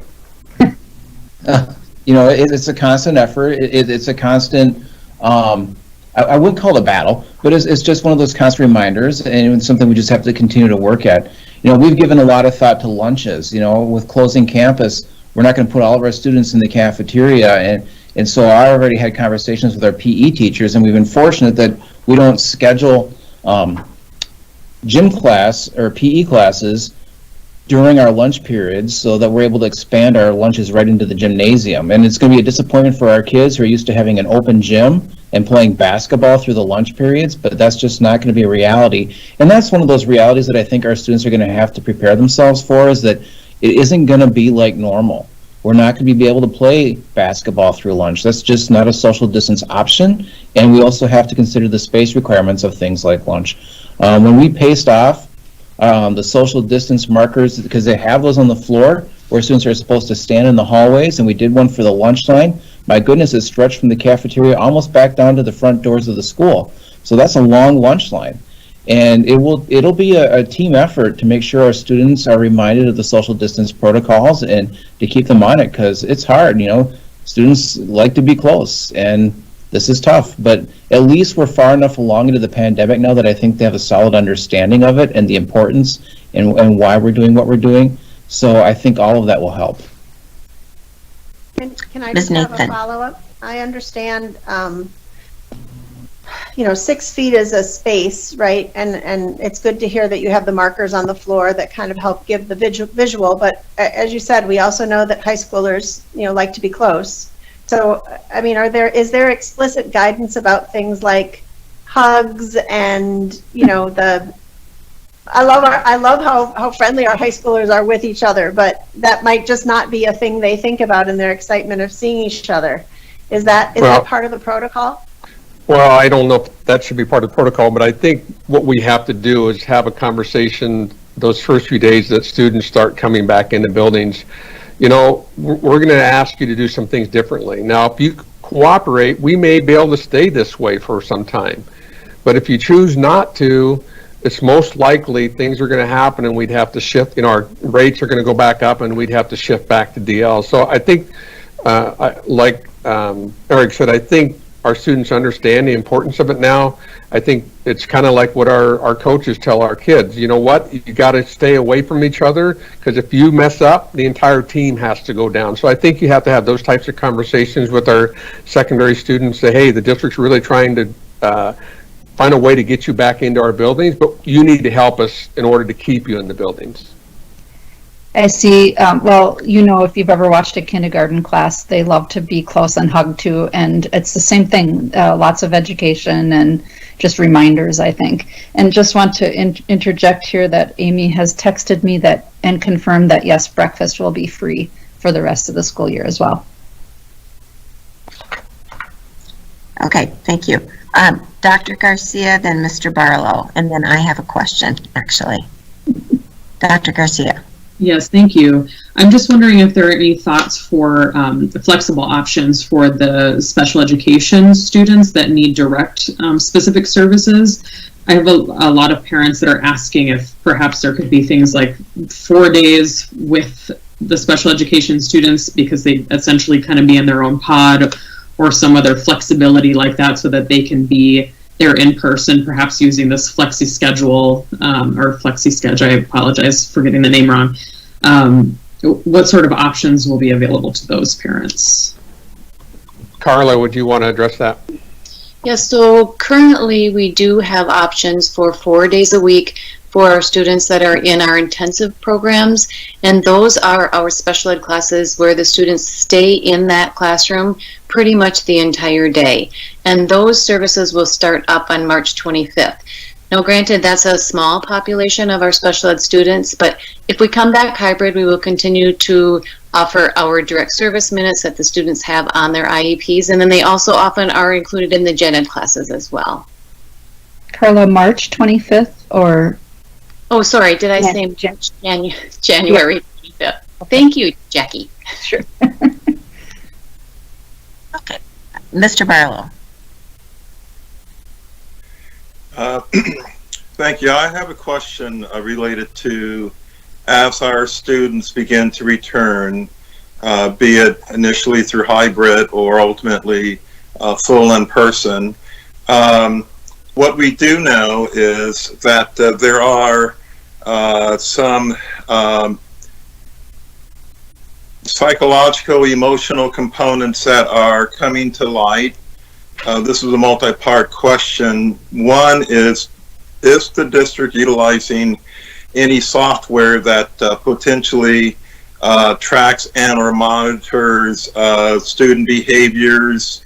And if not, I recently today received through a subscription service a report dealing with students in crises, and it identifies 4 main areas where there is significant increase: suicide and self-harm, online increase in pornography, drugs, and violence perhaps towards others. Are we aware of any of this, and what are we doing to, if you will, prepare for the return of our students, both in terms of equipping them and addressing these needs that may be either manifesting themselves or have been conveniently held as a latent need?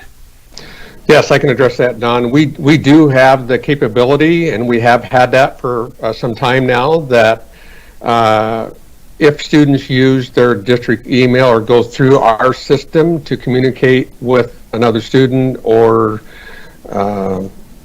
another individual, it's not that we sit and monitor every communication. It's designed that keywords like bullying, suicide, self-harm, drugs, certain words, that kicks off an alert. And then there's about 6 of us district administrators that get sent that alert, and then we work with building administration to address that issue that was flagged. So we have the ability to do that, and we've had that for some time now. And if I may, Dr. Marvin, simply ask a quick follow-up. So are we seeing what are we seeing that, and you may not be prepared to share that, but at some point in the not too distant future, could we maybe receive a report regarding this? Yeah, I can tell you pretty much what you just stated, Don, is what we have been seeing. We've seen an upkick in students trying to access pornography, but they're not allowed to do that using our devices especially, but we've seen more of that. I would say not so much this year, but last year we did see, in my opinion, a little bit of an upkick in self-harm, like cutting and things like that. And those are probably the 2 areas where we saw an upkick. A lot of pornography. We've seen some, for example, if a student's trying to purchase vaping products through our system, we see that. I wouldn't say we've seen an upkick in that, but we really have seen an upkick in pornography. And I would say this year hasn't been more what I would consider mental health than the previous year.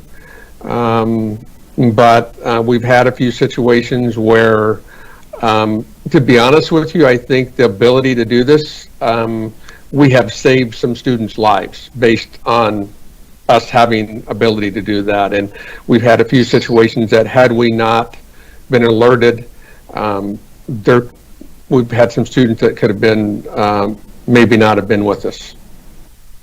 I think the other positive thing here is as many of the alerts end up being students who are writing to teachers or other trusted adults at school to let them know they're not doing well. And the language they use, if they say cutting or anything like that, it gets flagged. But many, many times it's an appropriate use of their district resources to reach out to someone that they know will support them at school. And I will add to that. I think go ahead. Sorry. No, go ahead, Mike. No. I would just say there's been a few cases where it's been, in the last couple of years, it's really serious, and we've had to reach out to parents, and the parents have been very appreciative to be aware of what's gone on. Thank you. I think we're getting to the point where we're getting out a lot of good information. Clearly, these are questions that our students, staff, and community members want answered. What we're focusing on is the presentation of this model that is proposed that we'll be analyzing, depending on what the numbers are in our community, on February 2nd. We have a couple weeks between now and then to get in other questions, to have them answered. And the district then will have a few weeks, if the decision is to move forward with this, to get the kinks ironed out of this. I have 2 things, and I'm going to call on myself twice because I haven't spoken to this yet.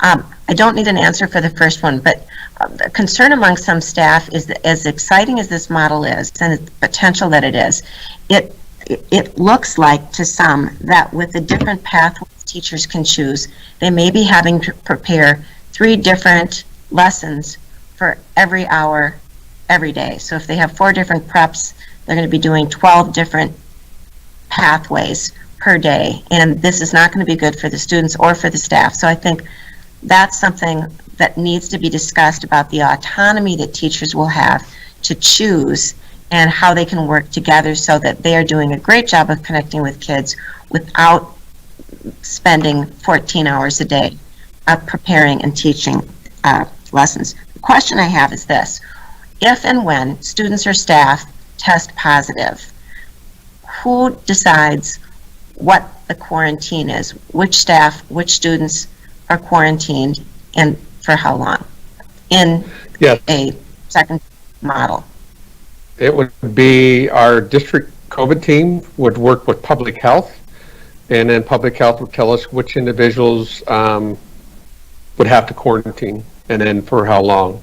That recently, it's been 14 days, but the recent guidance that came out from the state probably a few weeks ago, after so many days, you can test out of the 14-day and come back sooner. But really, it's a collaboration with public health, and since they were really overwhelmed a few months ago, our team has really stepped up and doing a lot of the contact tracing for them, and then providing that data to public health, and then they tell us which, is it this group of students or is it the entire class? But really, it's we take their guidance on who needs to quarantine. Okay, and because our secondary students wait, I think far more than our elementary students, are going to have it in their control about whether or not their schools stay open. If they're not following the guidelines, kids are going to get sick, teachers are going to get sick, and in a very short period of time. And we've seen this nationwide, secondary schools shut down because their staff just isn't there. Okay, it looks like we have 4 more questions. Ms. Amundsen, Ms. Workman, Ms. Nathan, and Ms. McLaughlin. Melissa? I like that we're highlighting the plan and that we have a little bit of time before we need to make a decision, maybe a lot of time depending on how those numbers go. And I have a feeling that, just like board members, community members will have a lot of questions and maybe some input. So question number 1, it's really the same question in 2 parts. Number 1, what would you advise other than continuing to email us, which our community is very proficient at doing?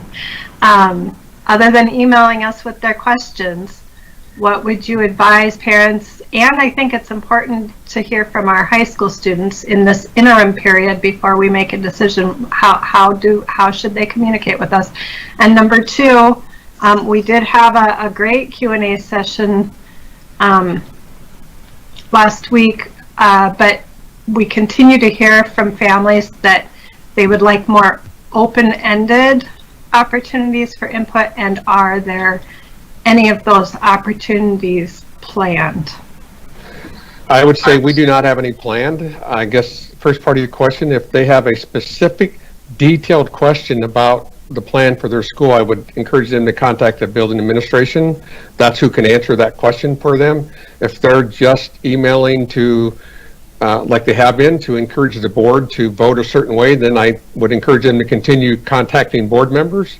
But our plan is not to get feedback on how the secondary hybrid model would be implemented. If that's something that the board would like us to do, then we would do that. But we pretty much at this point have been working with those experts that will be implementing the plan and giving their feedback to create the plan.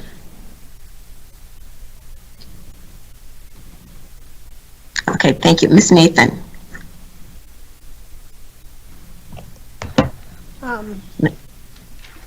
Okay, so I have 2 questions and then I'm done. When will we know if we have enough staff to implement the hybrid model? I mean, it almost looks like we have 2 parallel timelines. We have a timeline when our community case rates are at the right level, but then we also have to have enough staff at that point. So how will we know that?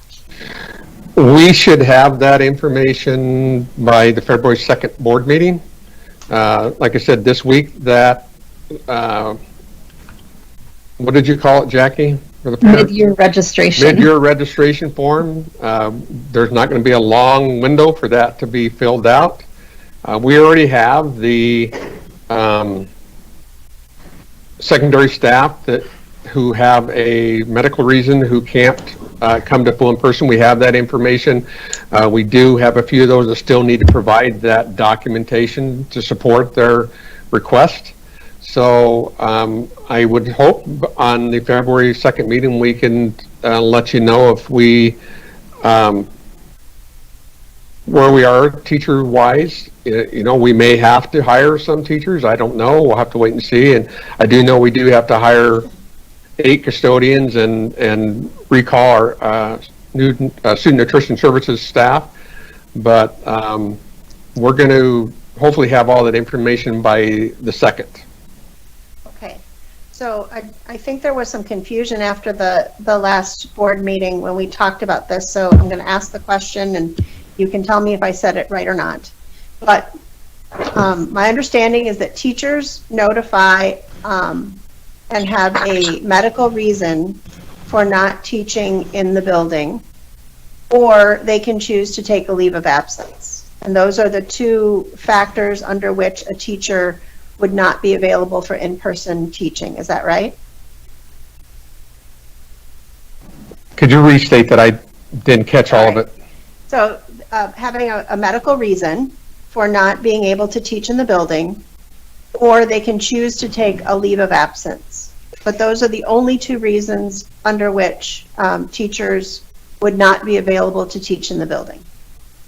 Correct. And like I said, I think at one time, Carl shared, I think we had 84 secondary staff, and those are not all teachers that said they had a medical reason. I think just slightly over half of those have submitted their documentation. The others, we have communicated with them, I believe today, saying you have until tomorrow, I think, at 5 p.m.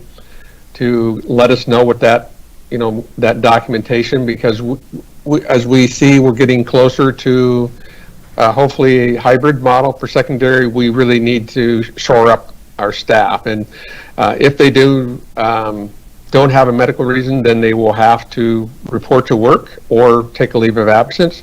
And even if they have a medical reason, until we find out our students and all that, we don't know for sure if we will have the ability for them to do instruction from home. So, but you are correct, those are the 2 options that they have. Okay. And Chair Marvin, I have one more question.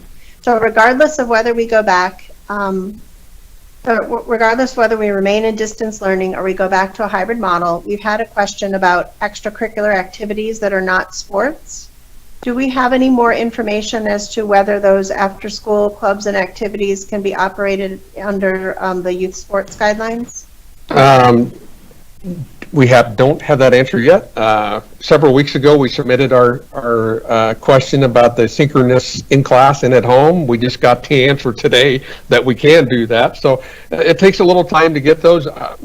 My understanding is that we could almost follow the same guidance that a lot of programs that Amy has, community ed, those would be the guidelines that we would follow for those non-sanctioned high school league activities. So maybe we could talk about that on February 2nd? If we have that answer, yes. Yep. Okay. In fact, that's one of the issues we have in our parking lot that we hope to get on the agenda at that time. We know there's some real enthusiasm about that. It looks like Ms. Workman and then Ms. McLaughlin, and then we are questioned out. Maybe. Thank you. Earlier in the conversation, it was said that teachers were going to be responsible for cleaning their classrooms to whatever level is required in between classes. But then Mr. Johnson also said that social distancing in the hallway was going to be difficult. Are teachers going to be expected to help monitor that social distancing? And if so, I'm thinking that doing both those things at the same time could be difficult. And then I have another follow-up question. Those would be specific details we still need to work out. Okay, great. And then the other thing that I've heard some concerns from teachers is if they are out with COVID or on quarantine, will they be required to use their whatever sick leave they have banked so far, or will there be some exceptions made for teachers who are at home where they can't continue to teach distance or don't have the opportunity to? I know there's a big concern about teachers and their, what they have left for medical leave. Yes. As we shared at our last meeting, we are not required to carry on that federal that expired in December, but our district has Right. chosen to continue that through this school year, unless you've already used some of those days already. Then we'll have to do it a case by case. But if they have not used any of their COVID days, then they would have be able to do that. Okay, I know we had discussed this at the last meeting, but I know this is something that's really weighing heavily on quite a few of our staff members, and they needed to have some reassurance as to how that's going to be handled. So, thank you for the response. Yeah. And Julie, I think we shared that with Dan as well, so he's aware of that. Okay. Ms. McLaughlin, and then Ms. Nathan. Ms. Peterson, you said something earlier that caught my attention about any teacher that may need to move to quarantine based on exposure in the classroom, that you called it a seamless transition to them essentially doing their teaching by distance learning. And I'm assuming that means that they don't have symptoms and Correct. that they're well enough to teach. But would that idea then include these different pathways, that they would basically shift their whole classroom, that they're in classroom, shift that to home, but still have these same pathways, and it would just be essentially remote, they'd be remote rather than in their classroom in person? That's correct. We do have a number of examples of elementary teachers who needed to quarantine but were well enough. They weren't sick themselves and were well enough to continue on teaching from home. So we would anticipate the same process with secondary. And do the secondary teachers feel comfortable with that concept, that it seems like these pathways are a new development for them to implement into their teaching, that they would have to envision either doing it from their classroom or in their residence if they need to, and that they're ready to do that? Yeah, I believe because they've been teaching from home this whole year, I think it would be safe to say they're pretty comfortable in doing and in teaching from home, and these models could be taught from home as well. Okay, appreciate that. Thank you. Thank you. I think this was a really good discussion, and I appreciate the experts who are here to help with the answers. I also assume that each secondary building will be having discussions with their staff about what's going to work, what's going to be challenging, and that they will be, I know that they've already begun discussions about how this could work, and so staff and administrators are working together to make it a smooth transition when this happens. It's okay if you're feeling okay about this. Karen, if you want the last question, and then we'll move on with the rest of the agenda. It's actually not a question, but a request for the February 2nd meeting. One of the questions from Director Barlow talked about the students' mental health, and maybe it's a question and a bring to the next meeting, but have the public health experts talked about that at the COVID team, and could they talk and give us an update as to what not just what's being reported to the schools necessarily by parents, but the mental health concerns in the community in a more broader sense? I guess I would, Chair Marvin, if you're talking specifically about what I talked to Don about, I would say a piece of the hybrid model. If it's more about what type of mental health support we're going to provide in the hybrid model, we can do that. But I think the other could be at a separate meeting, because it's not directly connected to hybrid model, distance learning, or full in-person model. It's kind of its own little thing. But we'd be happy to give the board an update on the type of mental health support that we are currently providing and how that would shift when we went to a hybrid model. And I guess that's not really what I was asking for. I was asking about tapping into our public health experts about the mental health concerns that they're seeing in the community related to students who may be exposed to COVID or have COVID people in their family, separate from what's being reported to the school, what public health is hearing from their work about mental health concerns of our teenage population in the community. Okay, sorry, I apologize. I misunderstood your question. We can reach out to them to see if they're willing to do that.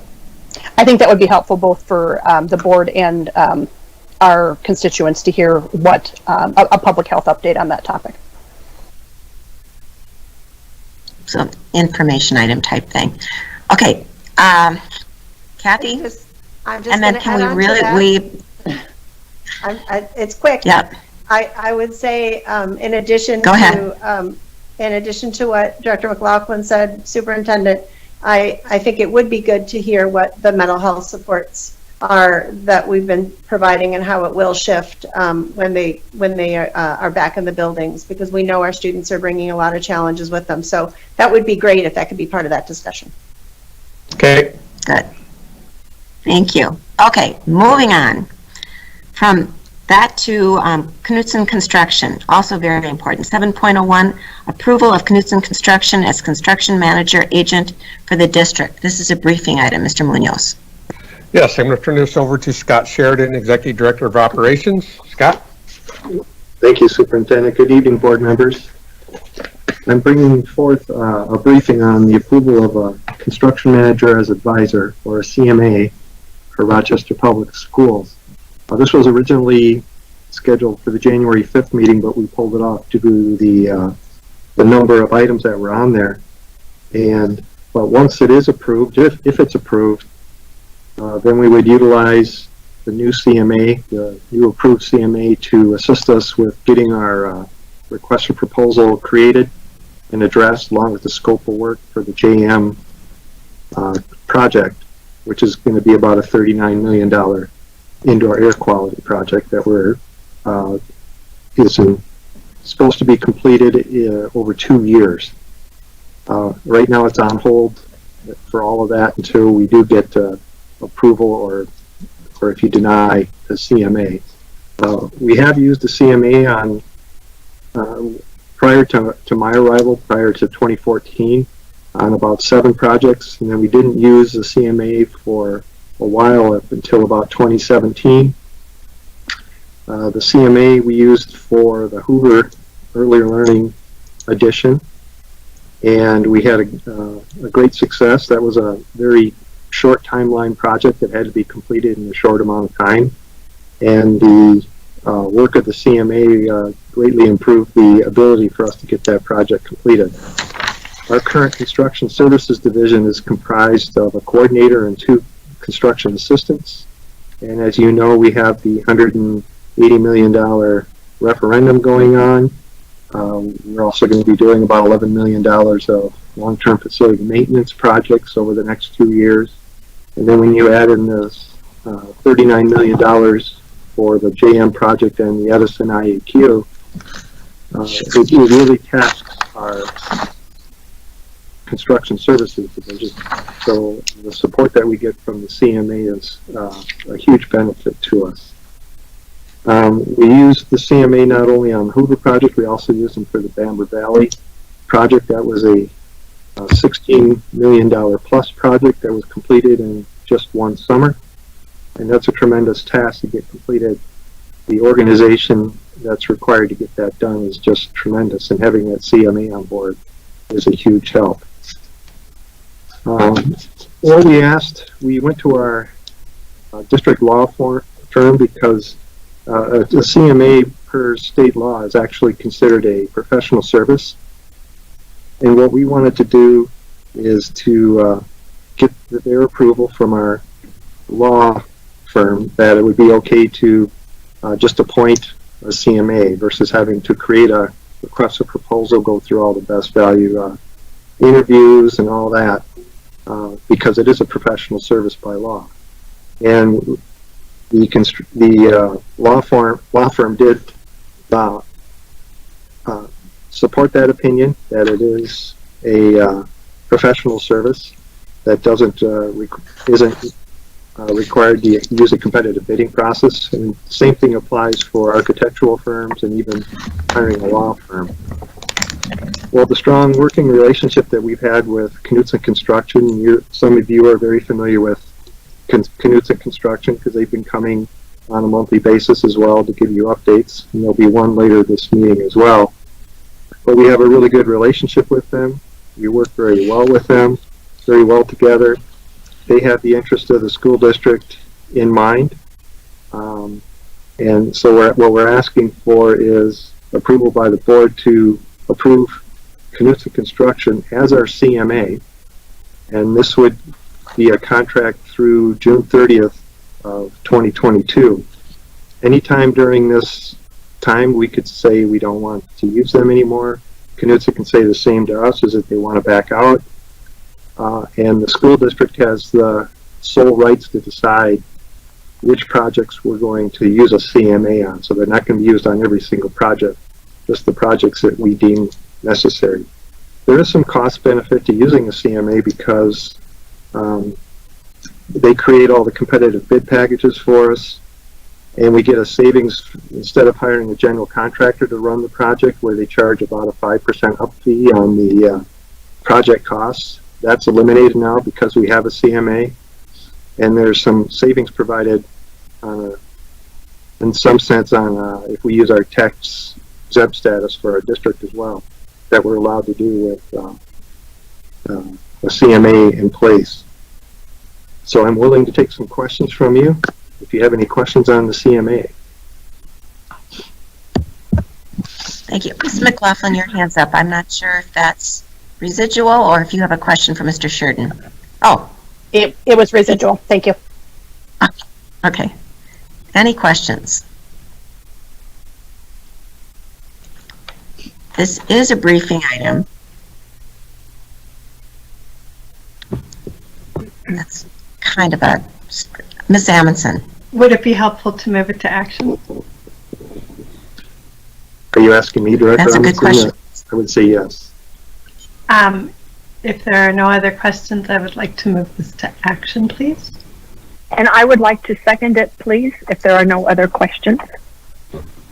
Thank you. Moved by Amundson, seconded by Workman to move this to action. Any discussion? Ms. Severson, will you do a roll call vote, please?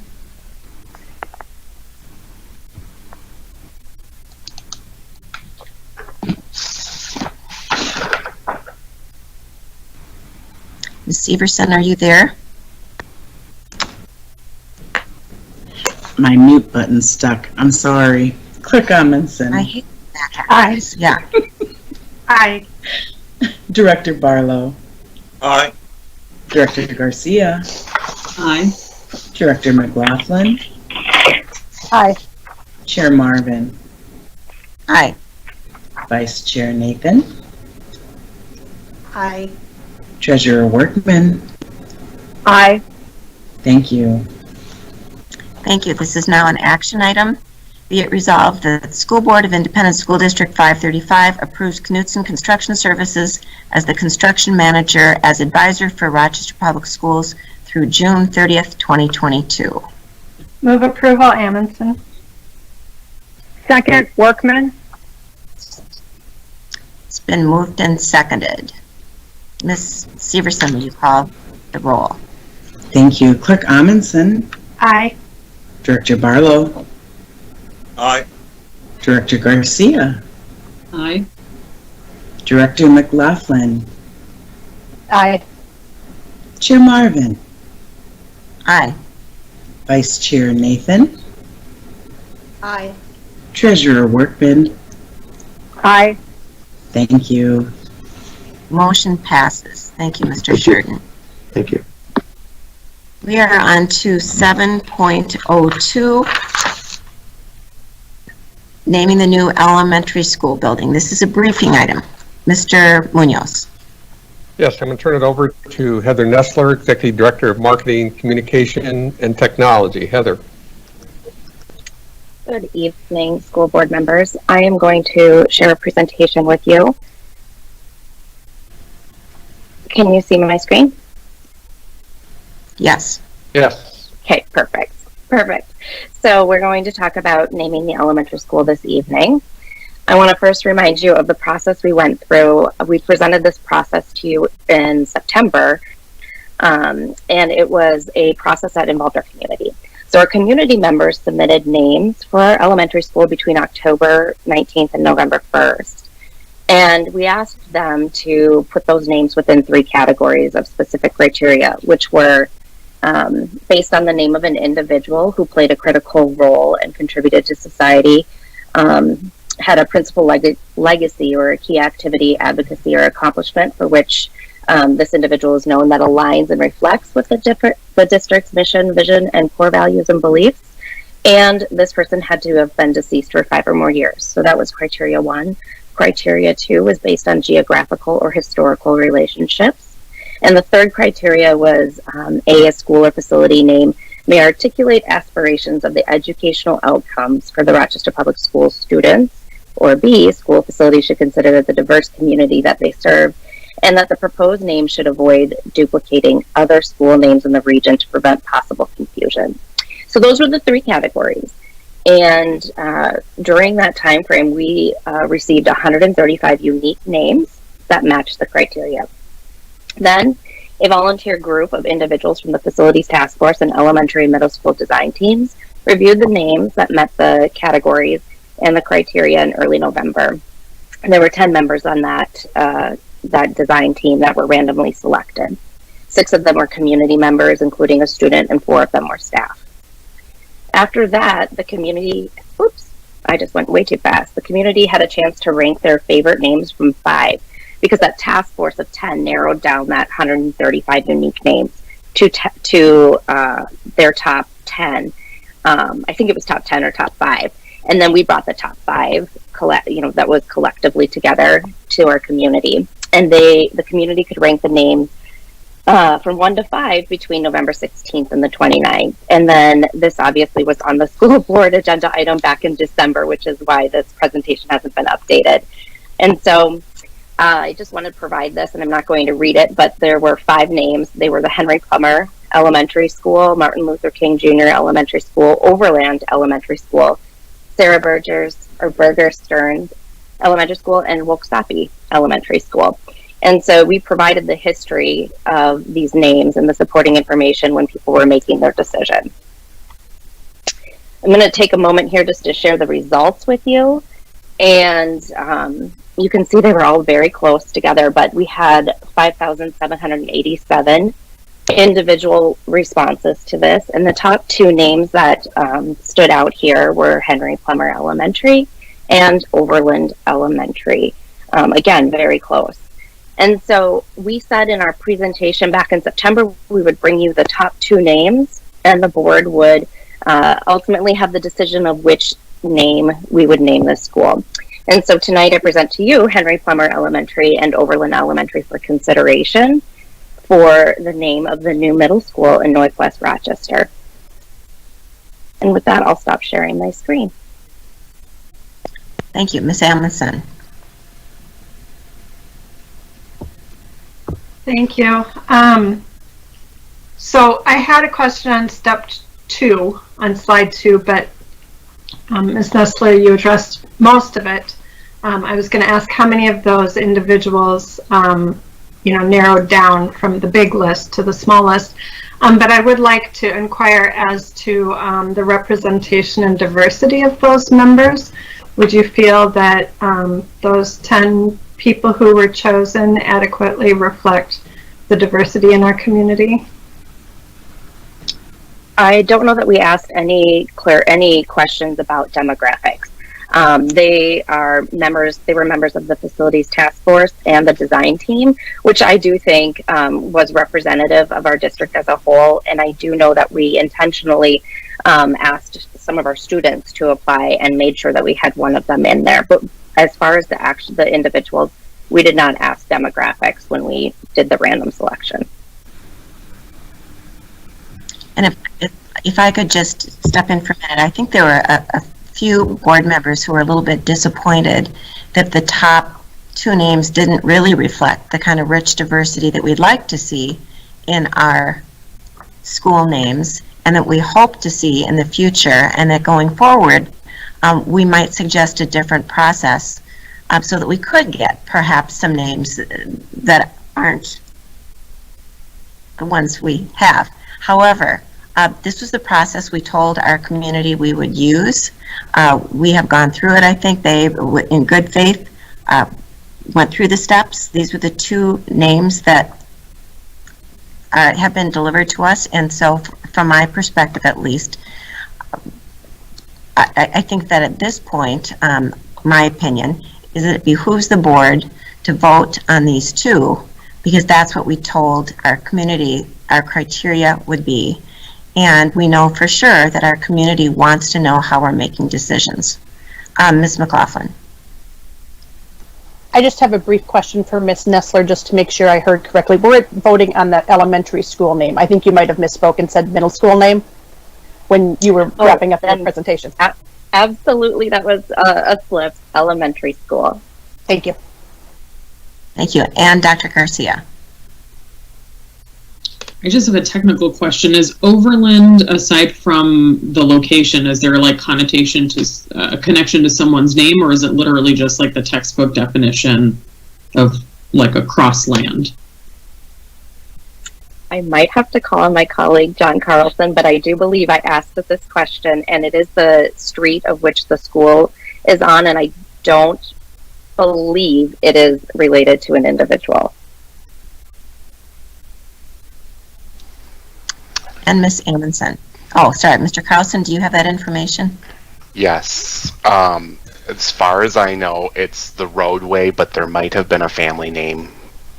I happen to have relatives with that last name, but they're not in this area. So I think it's more reflective of the neighborhood and the area, not so much a family name.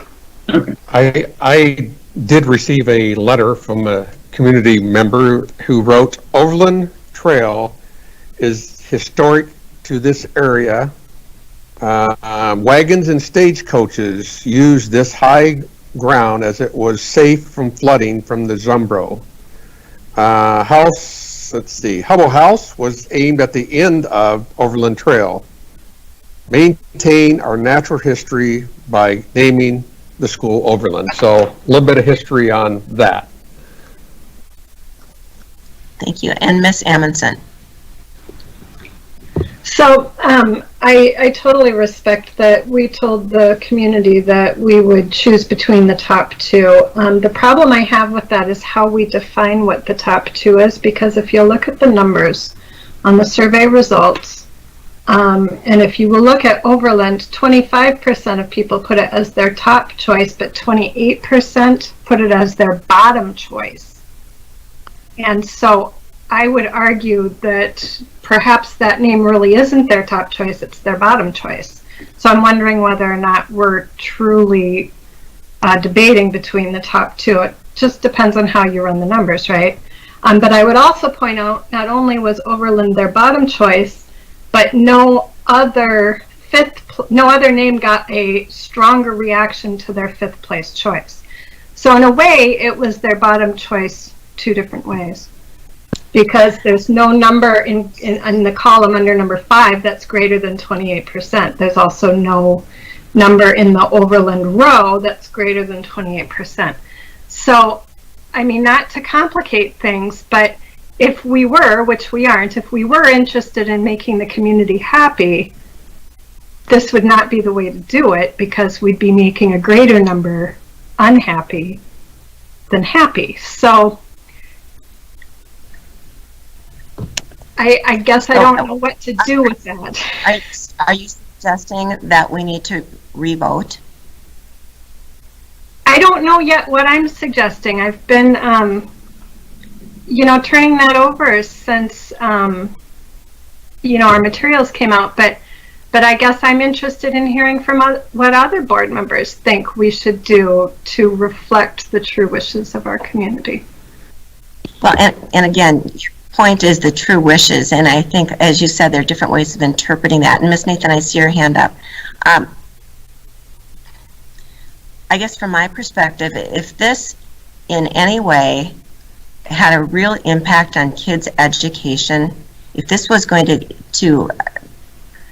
change how they think about themselves or provide them more opportunities, I would be all about digging into it. But again, my perspective, it's the name of an elementary school. That's it. And my suggestion at this point is that if we're interested, and again, Nathan has something to say, that we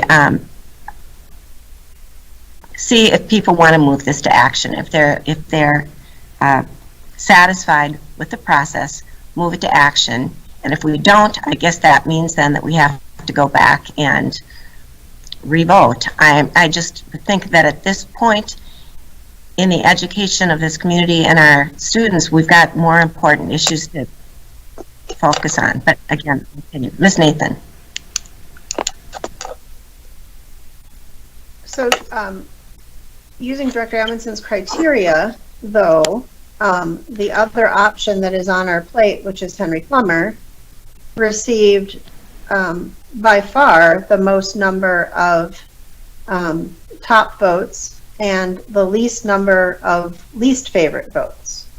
So I don't think that there's any question which one of these two options received the support of the public.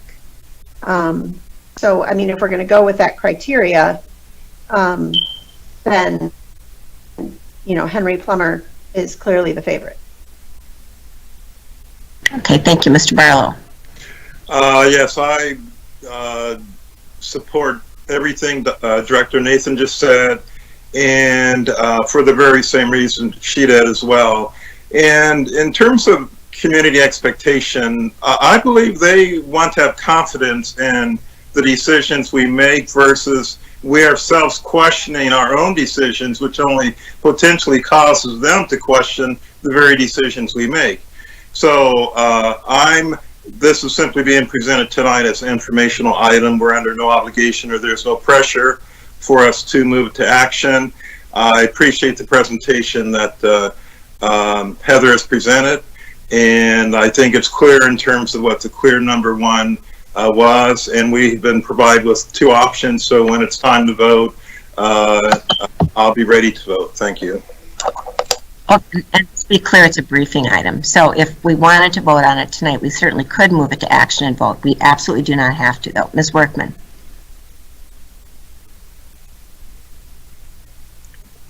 There we go.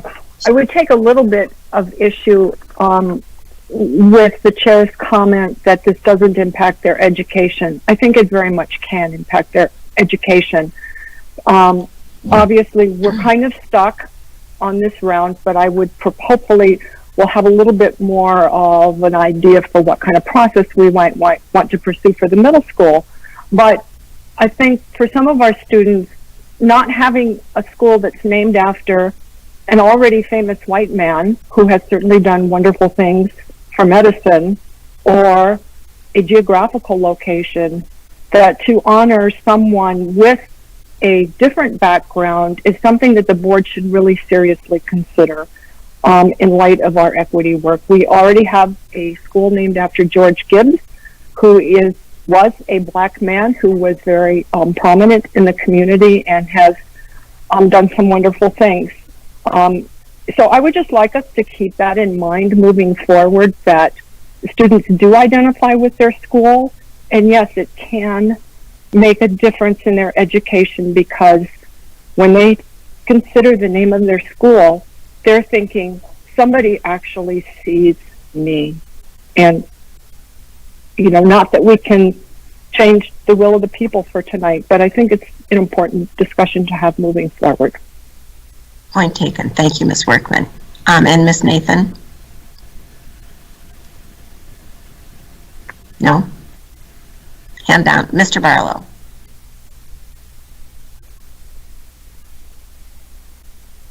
Okay. Any appetite in moving this to action at this point?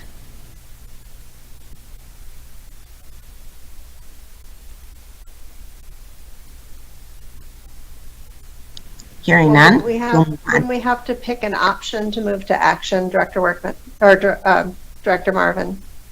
I think that the moving it to action would be to vote to name it either Overland or Henry Plummer.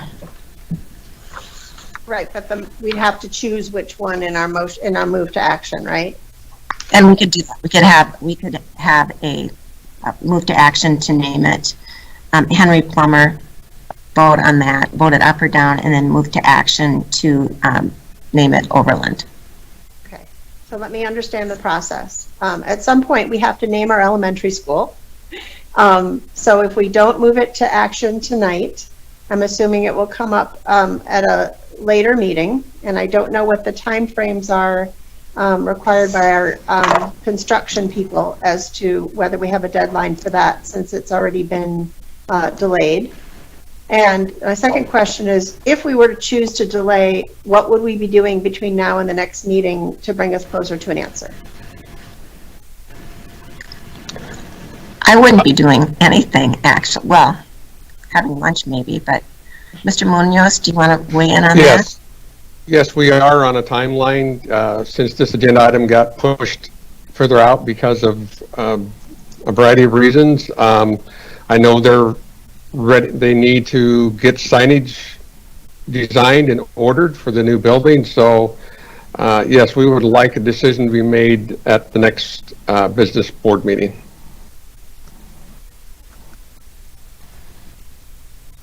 Okay, so then I would ask Or the tonight. second question. The second question is, what other information would other board members need to see between now and then that would not have them make a decision tonight?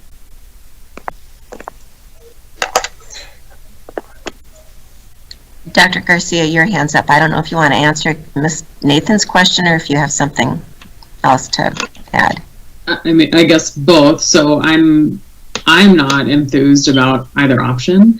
But I also, I completely agree with what else are we going to be doing between now and then to fix the issue. And so I'm assuming we won't be doing anything, which then means my actual question, or why I raised my hand, is, are we then, what you're asking us to move to action is, are we choosing between the two, or are we just saying because we know that plumber was number one, we're voting yay or nay on that one?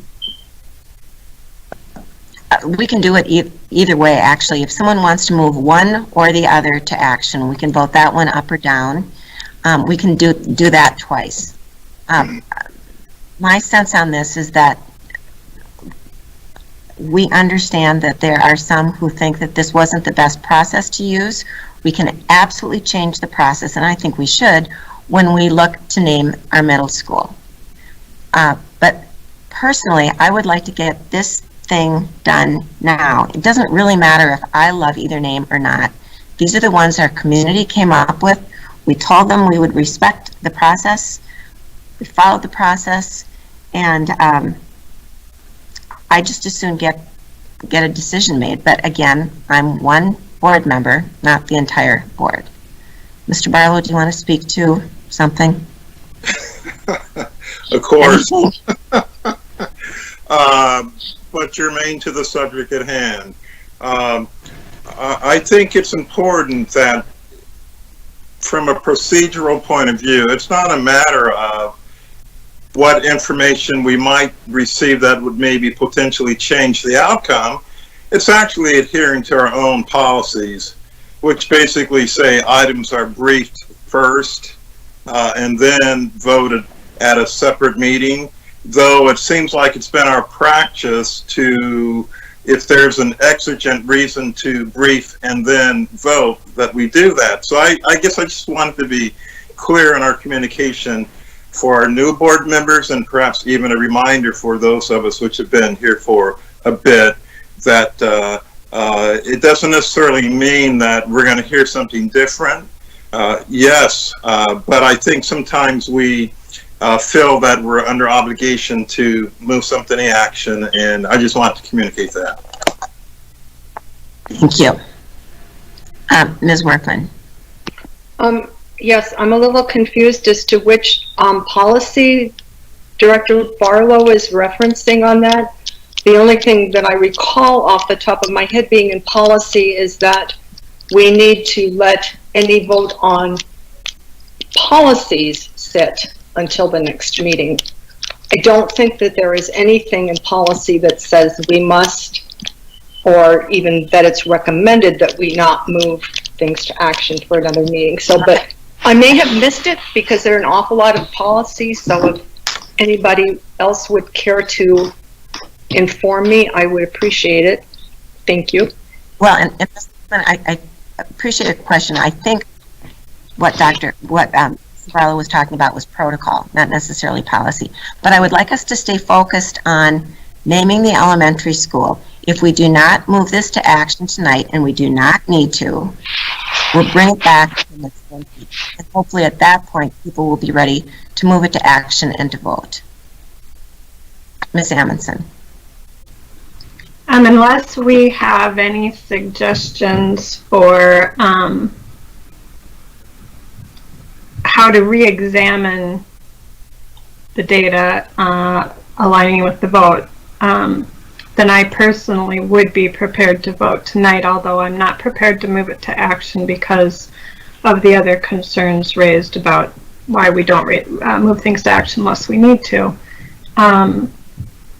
But I would like to ask a clarifying question about how we might make tweaks to the process for the future process, and specifically when that process is scheduled to be kicked off so that we don't miss our opportunity to have input.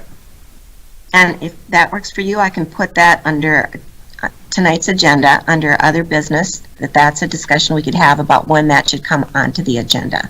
Okay, great. Okay, anybody else? Anybody want to move this to action, or are we ready to move on? Ms. Workman, you have another comment?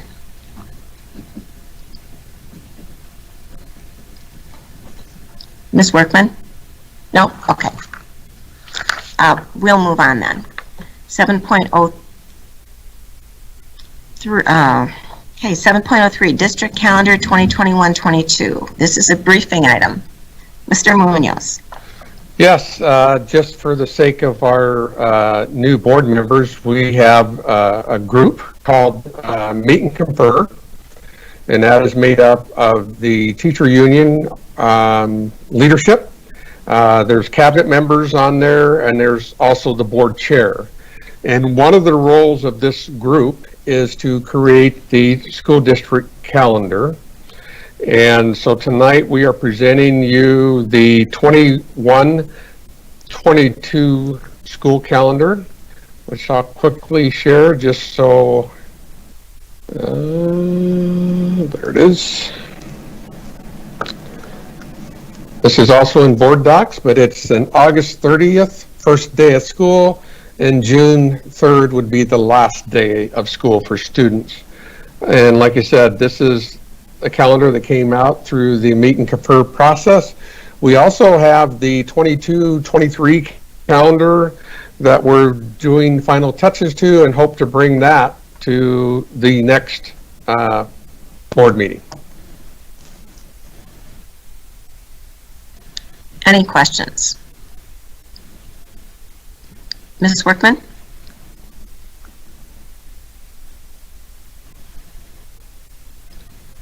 No. Ms. Amundson? I apologize if you just said this because my audio cut out as you were talking. So when do we usually anticipate having this decision ready, and when will we have it ready for the following calendar year? Because I remember discussions in the past about how there are employers who require their employees to put in for their time off a calendar year in advance. So yeah, typically we bring the calendar around January. And every year, I'll be honest with you, our goal was to try to get 2 years calendars out, but things come up and we just aren't able to do that. However, we do have the 22-23 ready. It's right now, HR is looking it over and counting the days and making sure we're meeting all the requirements. If we get the green light from them, we would like to bring the 22-23 at our next board meeting for approval.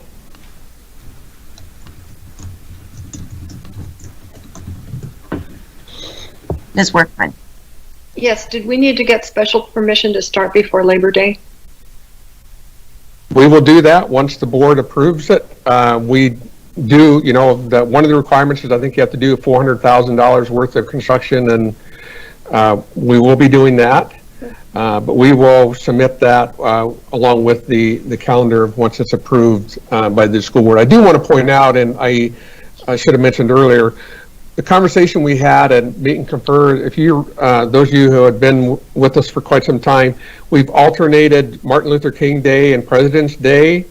The Meet and Confer group, as you know, to support the equity work that the district's doing, that from now on, Martin Luther King will be that day every year, every calendar year, versus flipping between that and President's Day. I really like that. Good, good. Ms. Amundson.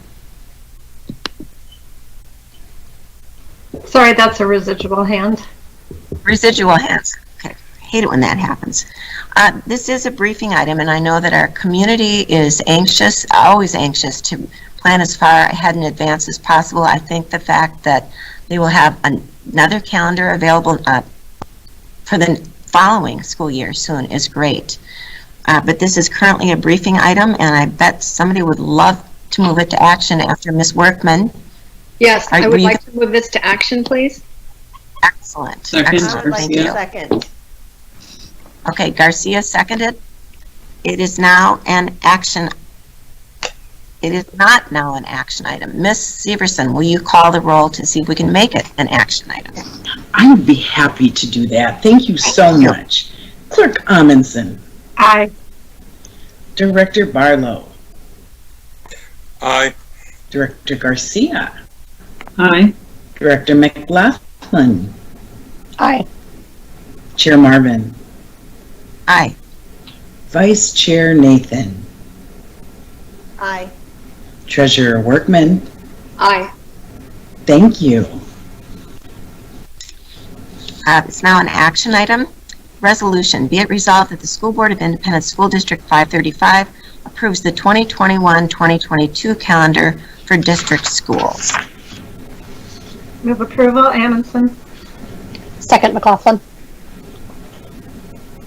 Excellent. Ms. Severson. Thank you again. Ms. Amundson. Aye. Director Barlow. Aye. Director Garcia. Aye. Director McLaughlin. Aye. Chair Marvin. Aye. Vice Chair Nathan. Aye. And Treasurer Workman. Aye. Thank you. Thank you. Motion passes, and thank you. Now, before we go into closed session, a couple of things. First of all, stay connected to the platform you're on right now. Do not unclick and click into something else. We'll be staying in this. The recording will end. It will then resume as a closed session. And my suggestion is that we take a 5-minute break. We can do it either before or after the closed session. Anybody have a preference? Before, please. And can we make sure that the public knows that we'll be coming back again, so they can just sit on YouTube and wait, and it will just freeze and come back if they want to watch the rest of the meeting? Absolutely. Okay, so I'll make that after I make this announcement. This meeting will be closed at 8:08 p.m. as permitted by Minnesota Statute Section 13D.05, Subdivision 3A, and is required to be closed in Minnesota Statute 13D.03 to discuss labor negotiations. We will be coming back after the meeting, after the closed session, to resume the rest of our agenda.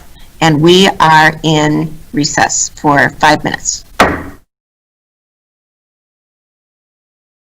Resuming at 8:23 p.m.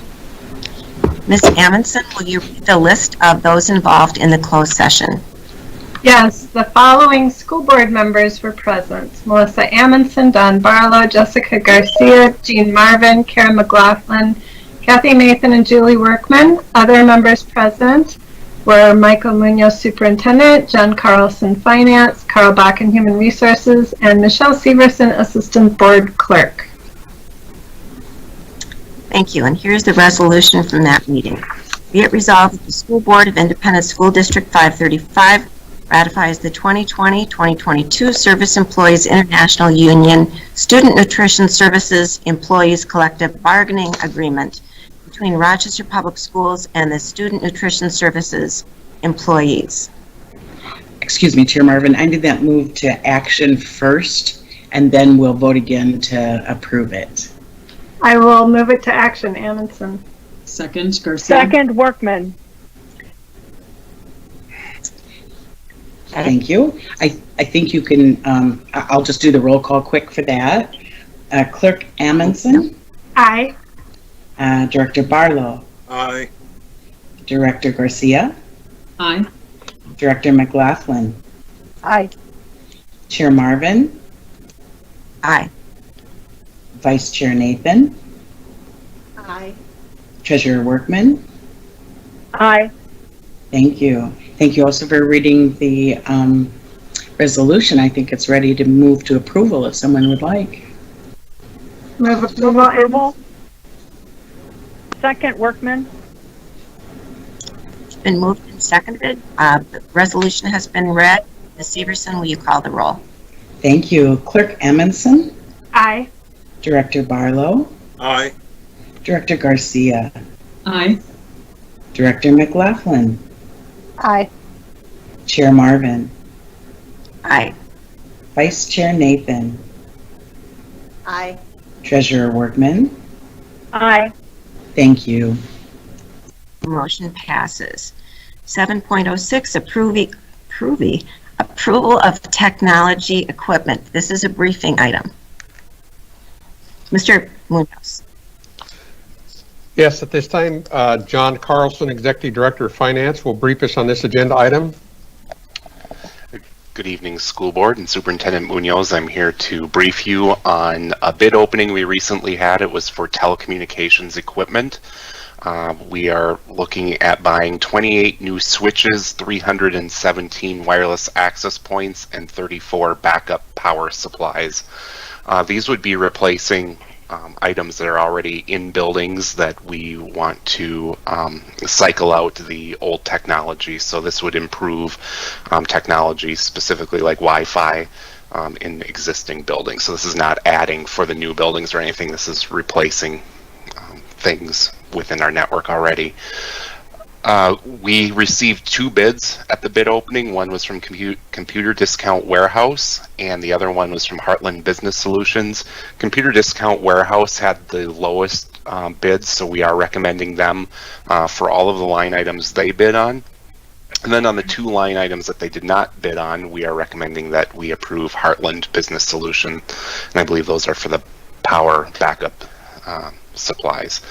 The program that we will submit this through is called the E-rate program. It's a federal program run by the Federal Communications Commission, and our current discount rate is now 50%. So 50% of the money that we spend through this program, assuming we approve it and we follow all the steps, we'll get half of the money back.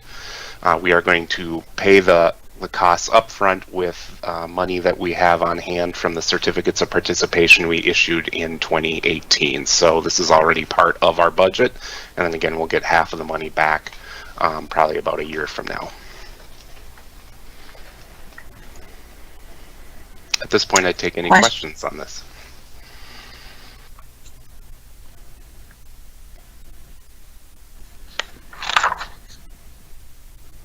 Mr. Carlson, is there any kind of urgency to get this approved?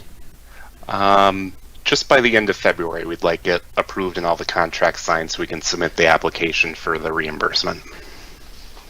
Do you anticipate there will be any new information coming in that we'll have to consider? No, we would not do that in between this and the next meeting.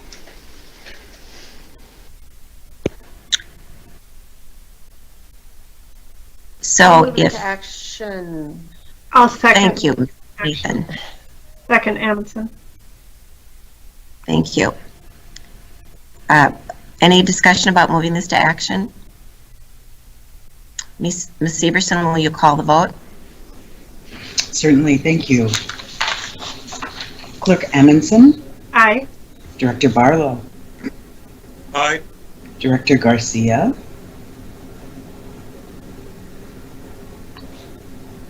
Director Garcia? Aye, sorry. That's all right. Director McLaughlin? Aye. Chair Marvin? Aye. Vice Chair Nathan? Aye. Treasurer Workman? Aye. Thank you. It's now an action item. Be it resolved that the School Board of Independent School District 535 does hereby accept base bids A through G, alternate bid A1, and the alternate bids number 1, 4, 5, and 6 from Computer Discount Warehouse Government, CDWG, in the amount of $170,432, and be it further resolved that the School Board of Independent School District 535 does hereby accept alternate bids 2 and 3 from Heartland Business Solutions in the amount of $40,851.08. Move approval, Amundson. Second, Workman. It's been moved and seconded. Ms. Severson.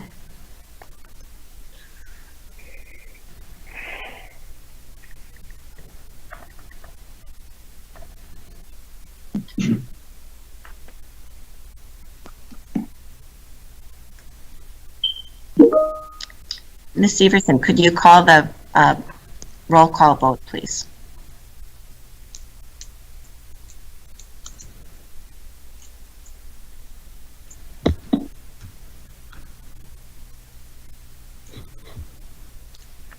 And Chair Marvin, I should jump in. I've distracted Ms. Severson with something in the chat, so it's probably my issue that caused her to be delayed. And I should point out, for those not privy to the chat, it's just the chat is just for points of order and technical aspects of the meeting, not business. Because people hear chat and they panic. So I'm back online if you can hear me. we can. Yes. Oh, thank you. All right, Clerk Amundson? Aye. Director Barlow? Aye. Director Garcia? Aye. Director McLaughlin? Aye. Chair Marvin? Aye. Vice Chair Nathan? Aye. Treasurer Workman? Aye. Motion passes. Thank you. 7.07, acceptance of proposals for the copy equipment and services at Paper Tiger. This is a briefing item. Mr. Munoz. Yes, before I turn this over to John Carlson, Executive Director, I'm just going to let you know I'm having issues, so I'm going to leave the meeting and come back, but John can get started.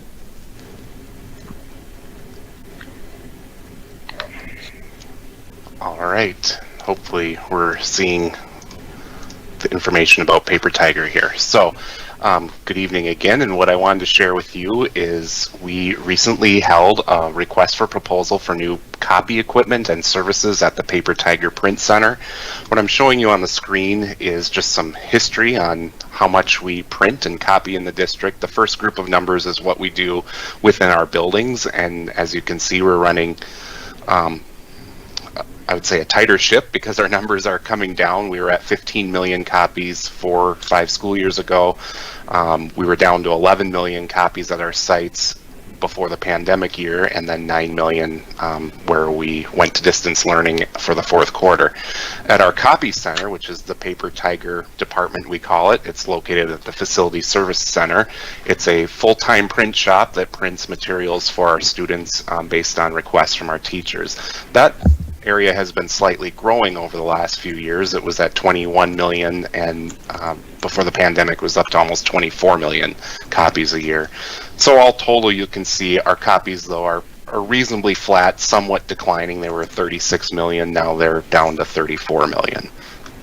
We put out a request for proposal. We last did this in 2013, so it's been 7 years. And we sent this out to 5 vendors that expressed interest in sending in a proposal to us, and we received 4 back. The 4 companies that responded are listed there on the screen, and so how we've scored this is we gave the company that had the lowest proposal or lowest price, the most points, and then the rest of the points for the other vendors are just a proportion at how much over they were of the lowest price. So E.O. Johnson got the most points on price. And then we had a committee of about 5 of us that interviewed the vendors. We read their written responses. We did all that independently. We scored them separately, so there was no collusion or anything there. And when it all sorted out at the end of the day, E.O. Johnson received the most points in the process. They happen to be the vendor that will actually charge us the less or the least amount as well. So the expected cost for E.O. Johnson over the next 5 years would be $568,000. This is just slightly lower than what it cost 7 years ago when we opened up the proposals for a 5-year deal. So we feel very good that over the last 5 years, the price has even come down a little bit more in terms of the technology and the equipment. So what we're recommending is that we purchase our new copiers and enter into a contract with E.O. Johnson to service them for the next 5 years.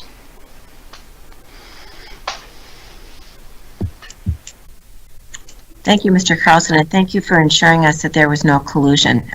That's always a concern when it comes to this kind of thing. Any questions or comments for Mr. Carlson?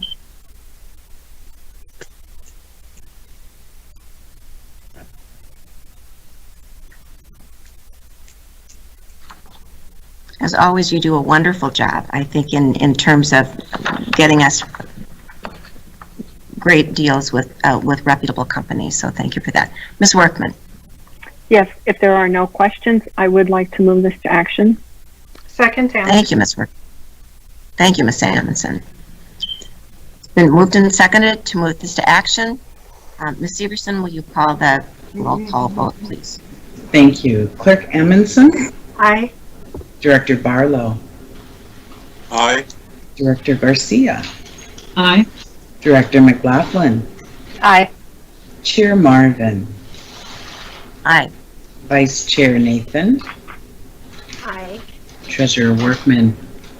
Aye. Thank you. This is now an action item. Be it resolved that the School Board of Independent School District 535 does hereby accept the proposal of E.O. Johnson Business Technologies for copying equipment and services for a 5-year, 60-month term. Move approval, Workman. Second, Amundson. It's been moved and seconded. Ms. Severson. Thank you. Clerk Amundson? Aye. Director Barlow? Aye. Director Garcia? Aye. Director McLaughlin? Aye. Chair Marvin? Aye. Vice Chair Nathan? Aye. And Treasurer Workman? Aye. Thank you. Motion passes. Thank you. 7.08 referendum project update. This is an information item. Mr. Munoz. Yes, Scott Sheridan, Executive Director of Operations, and Keenan McWater, Project Manager, will provide this information for us tonight. Thank you, Superintendent. Good evening, board members. Again, this is your 13th referendum update. As we promised every month, we would provide you one. Tonight, we have a lone wolf here. This is Keenan Knutson from Knutson McWaters from Knutson Construction, who will be providing you an update on the schedule and executive summary. All yours, Keenan. Oh, I'm on mute. I need to apologize in advance if you hear a toddler screaming in the background. We just moved her from a crib to a bed and it's not going so well tonight. So we'll jump right in here. For the new board members, I'll try to explain what you're seeing in front of you. You're seeing a very, very high level schedule of all of the referendum projects, starting with design, showing the bidding items, and then a single line for construction. The multiple colors that you see, all that really means is that's when I did a schedule update, so there's really nothing they need to pay attention to at that. So just working right from the top down, the 2019 elementary school, is well under construction. Precast, if you've driven by out there, will be complete next week. And then the building will officially be enclosed with the exception of glazing in the windows. The 2019 middle school project is 3 months into construction. We do have all the contractors hired now. We are just getting started pouring footings and foundations, and that work will continue basically through April, and then we'll have precast and structural steel starting immediately after that. The Harriet Bishop School is out to bid right now. That was put out as a single bid package. We'll get the bids back on Thursday of this week, and then we'll be conducting best value interviews Friday, Monday, and Tuesday of next week, and then submitting a recommendation to you all to review and hopefully approve at the February 2nd board meeting. The Longfellow School, which is the final school to be bid, the final bid packages will go out next week, and we'll be bringing that forward to the board at the March 2nd board meeting. That project will actually be the next project that we'll break ground on. Being that it is a greenfield site, we'll be able to start hopefully in April, pending weather and procuring our permits with the city. The secure entry projects, we completed a bulk of them last summer. We have 3 to go this coming summer at 3 high schools. We are still holding a placeholder in the schedule and budget for Friedel, but it has not been decided if that'll happen this summer or if that'll happen with a future project. The Century Pool project design has kicked off again. They've been having design meetings for the past 3 weeks. They'll be engaging user groups in the coming weeks, and hopefully we'll be bringing a design forward to the school board likely in February, possibly that first week of March. The Mayo Pool design is really just on hold at this point. We've asked them to focus their efforts on the Century Pool since that'll be the first one that we need to start construction on. As soon as that is complete, they'll move right into the Mayo Pool and middle school pool designs as well. Last item, auditorium, that work was completed last summer, and nothing else there. So here we have a dashboard showing project budget, project schedule, and the upcoming meetings and events. During design, we really use that to keep the board informed on what design meetings were happening when. There was a lot of them. Now that we're transitioning into construction, I'm using this as more of an update on project milestones, just to kind of give you a better gauge of where the project is at. So the color scheme you see here, green is good. Green means that we are on budget and that we are on schedule or within 2 weeks of being on schedule. If any of these projects start to slip for some reason, we'll change to a yellow. Yellow just means they're an at-risk project and we need to focus extra efforts on them, and red means that they're in trouble. So we're hoping that we never show yellow or red, but we wanted to make it easy for you to know exactly how your projects stand. So the elementary school upcoming events, there's a beam signing taking place on Thursday of this week from 2 to 5. So the members have been invited in to come in and sign a beam. It'll be in the newly poured gym, and then that beam will actually get erected into the building towards the end of next week. As I noted before, precast is nearing completion towards the end of January. The middle school, I have a single update, and it'll remain a single update for the next 4 months. But we do have the large concrete foundation wall, so there's a 16-foot wide footing and an 18-foot high retaining wall that is being poured right now, and that'll be complete towards the end of next week. I do have some pictures of that wall. Longfellow, as I mentioned previously, we're working through bid package 1 now, and bid package 2 will go out next week. That'll be the final bids for all of the new school buildings. Harriet Bishop Elementary, bids are coming in, like I said, this week. We will be presenting them at the next school board meeting. Pool projects, I don't have any meeting updates, but like I said, they've had several internal meetings, and there'll be some user group meetings scheduled in the very near future. So we'll add them to this list for the next update. And then the security upgrades, the visual notification projects, I believe there's 21 schools that are receiving new fire alarm and upgrades to the visual notification system. Those are out to bid right now. They're being bid as 3 separate projects. We broke them up this way so that if a contractor is successful at winning one of them, but doesn't have the capacity to do both of them, they won't be at risk of having to bid and accept a low bid for both of them. All of those bid packages will be back and ready for your review at the March 2nd board meeting. Totaling up at the bottom of the screen, the total budget line, so that's where all of our budgets are sitting right now at $180.4 million. The approved referendum amount was $180.9 million, so we're tracking about $500,000 under budget right now. And we are still carrying a design contingency of $1.7 million. So overall, we're in a very good spot as far as budget goes and schedule on the projects that have started out.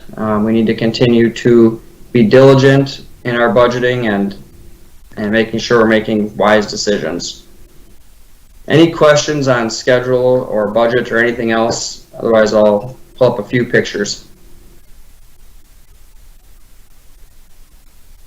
Okay.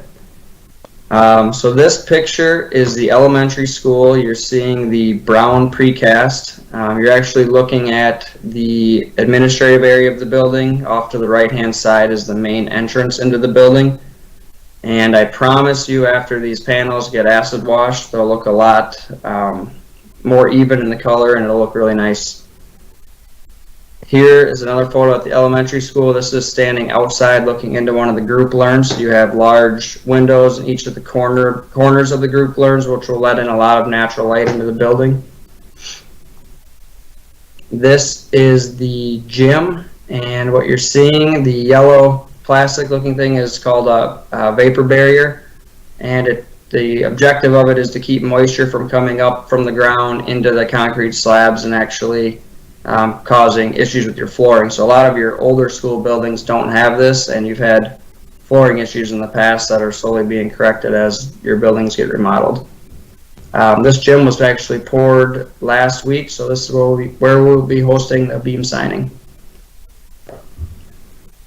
Moving to the middle school, so these are those large footing foundation walls that I mentioned previously. Where the crane is sitting is actually your auditorium seating. That's about the finished floor elevation there, so quite a bit of elevation change in that building. Here's a photo of the crane flying in a rebar wall section. So those are built somewhere else on the site, and then they're flown into position. And then here's just another photo of looking down that line. And that's what I have for an update tonight. So again, if there's any questions, I'd be happy to field them.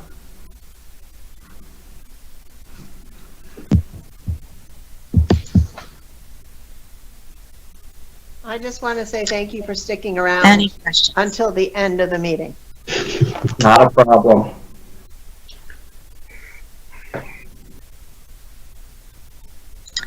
I don't see any questions. Thank you so much, Mr. McWatters. You always do such a great job. We appreciate it. Thank you, and thank you all for putting your trust in us again with upcoming projects. We really appreciate it. Thank you. Thank you, Ken. Chair Marvin, 8.01. Chair Marvin, this is Director McLaughlin. Yes. Before we move on, I have a question about item 7.05. Probably Yes. just a point of order, that when I heard you reading the resolution, you were including the name of the, I'm looking back at my notes here, the Service Employees International Union, Student Nutritional Services. I don't think that that was in the resolution that was attached to 7.05. So I think what we voted on, I'm really just asking this to clarify the minutes, that what you read had a little bit more language in it than what was attached to 7.05. So I just want to make sure that we have the minutes correct. And I can reread what I read. My computer that I was reading from went down, so I have this from the from my hard copy notes. if I reread this, and if I misspoke or if it's wrong, could somebody correct me? Or if what I read isn't what we approved, I guess we'll have to re-vote. And I guess my point is, I think we voted, my perspective is we voted on what you said verbally and not what was in writing in front of us. So I think if we just clarify that for the minutes, I think we'd be okay. Okay. And was there to upload the words to board docs that we actually used for posterity as well? Okay, and I have them in front of me too. So if you're comfortable that we ratified the thing that we needed to ratify, we approved what we wanted to approve, so that should go through with just the language. I believe we did, yes. Okay. The content was consistent. And we'll make sure we get... Right, just to be clear, the content was consistent with what we were voting to approve. It just had some extra language as well. And I just want to make sure that everything is straight for our minutes. Okay, I appreciate that. Thank you for being conscientious about that. I appreciate it. Then we're moving on to 8.01, future discussions. I have on the list, we want to have a discussion about the protocol we want to use for naming the future middle school. We have on here data needs, superintendent reflection, school board compensation, resurrecting school board listening post. We had one. We may want to get future ones on the agenda and possibly look at using a different model for listening posts as well. My suggestion earlier in the meeting that at our next meeting we have an agenda item where we talk about the protocol for naming the middle school. And we may just do something like assign a subcommittee to come up with a protocol that they could bring to the board. And I'm sorry, Chair Marvin, did you say that you were thinking of putting that on the next agenda of our next meeting?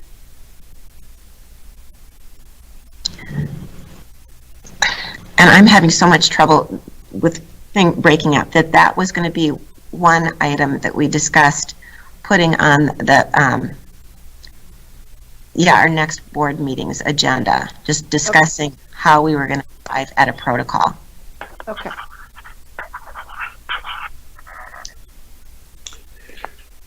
Chair Marvin? Any other items for future discussion? Yes.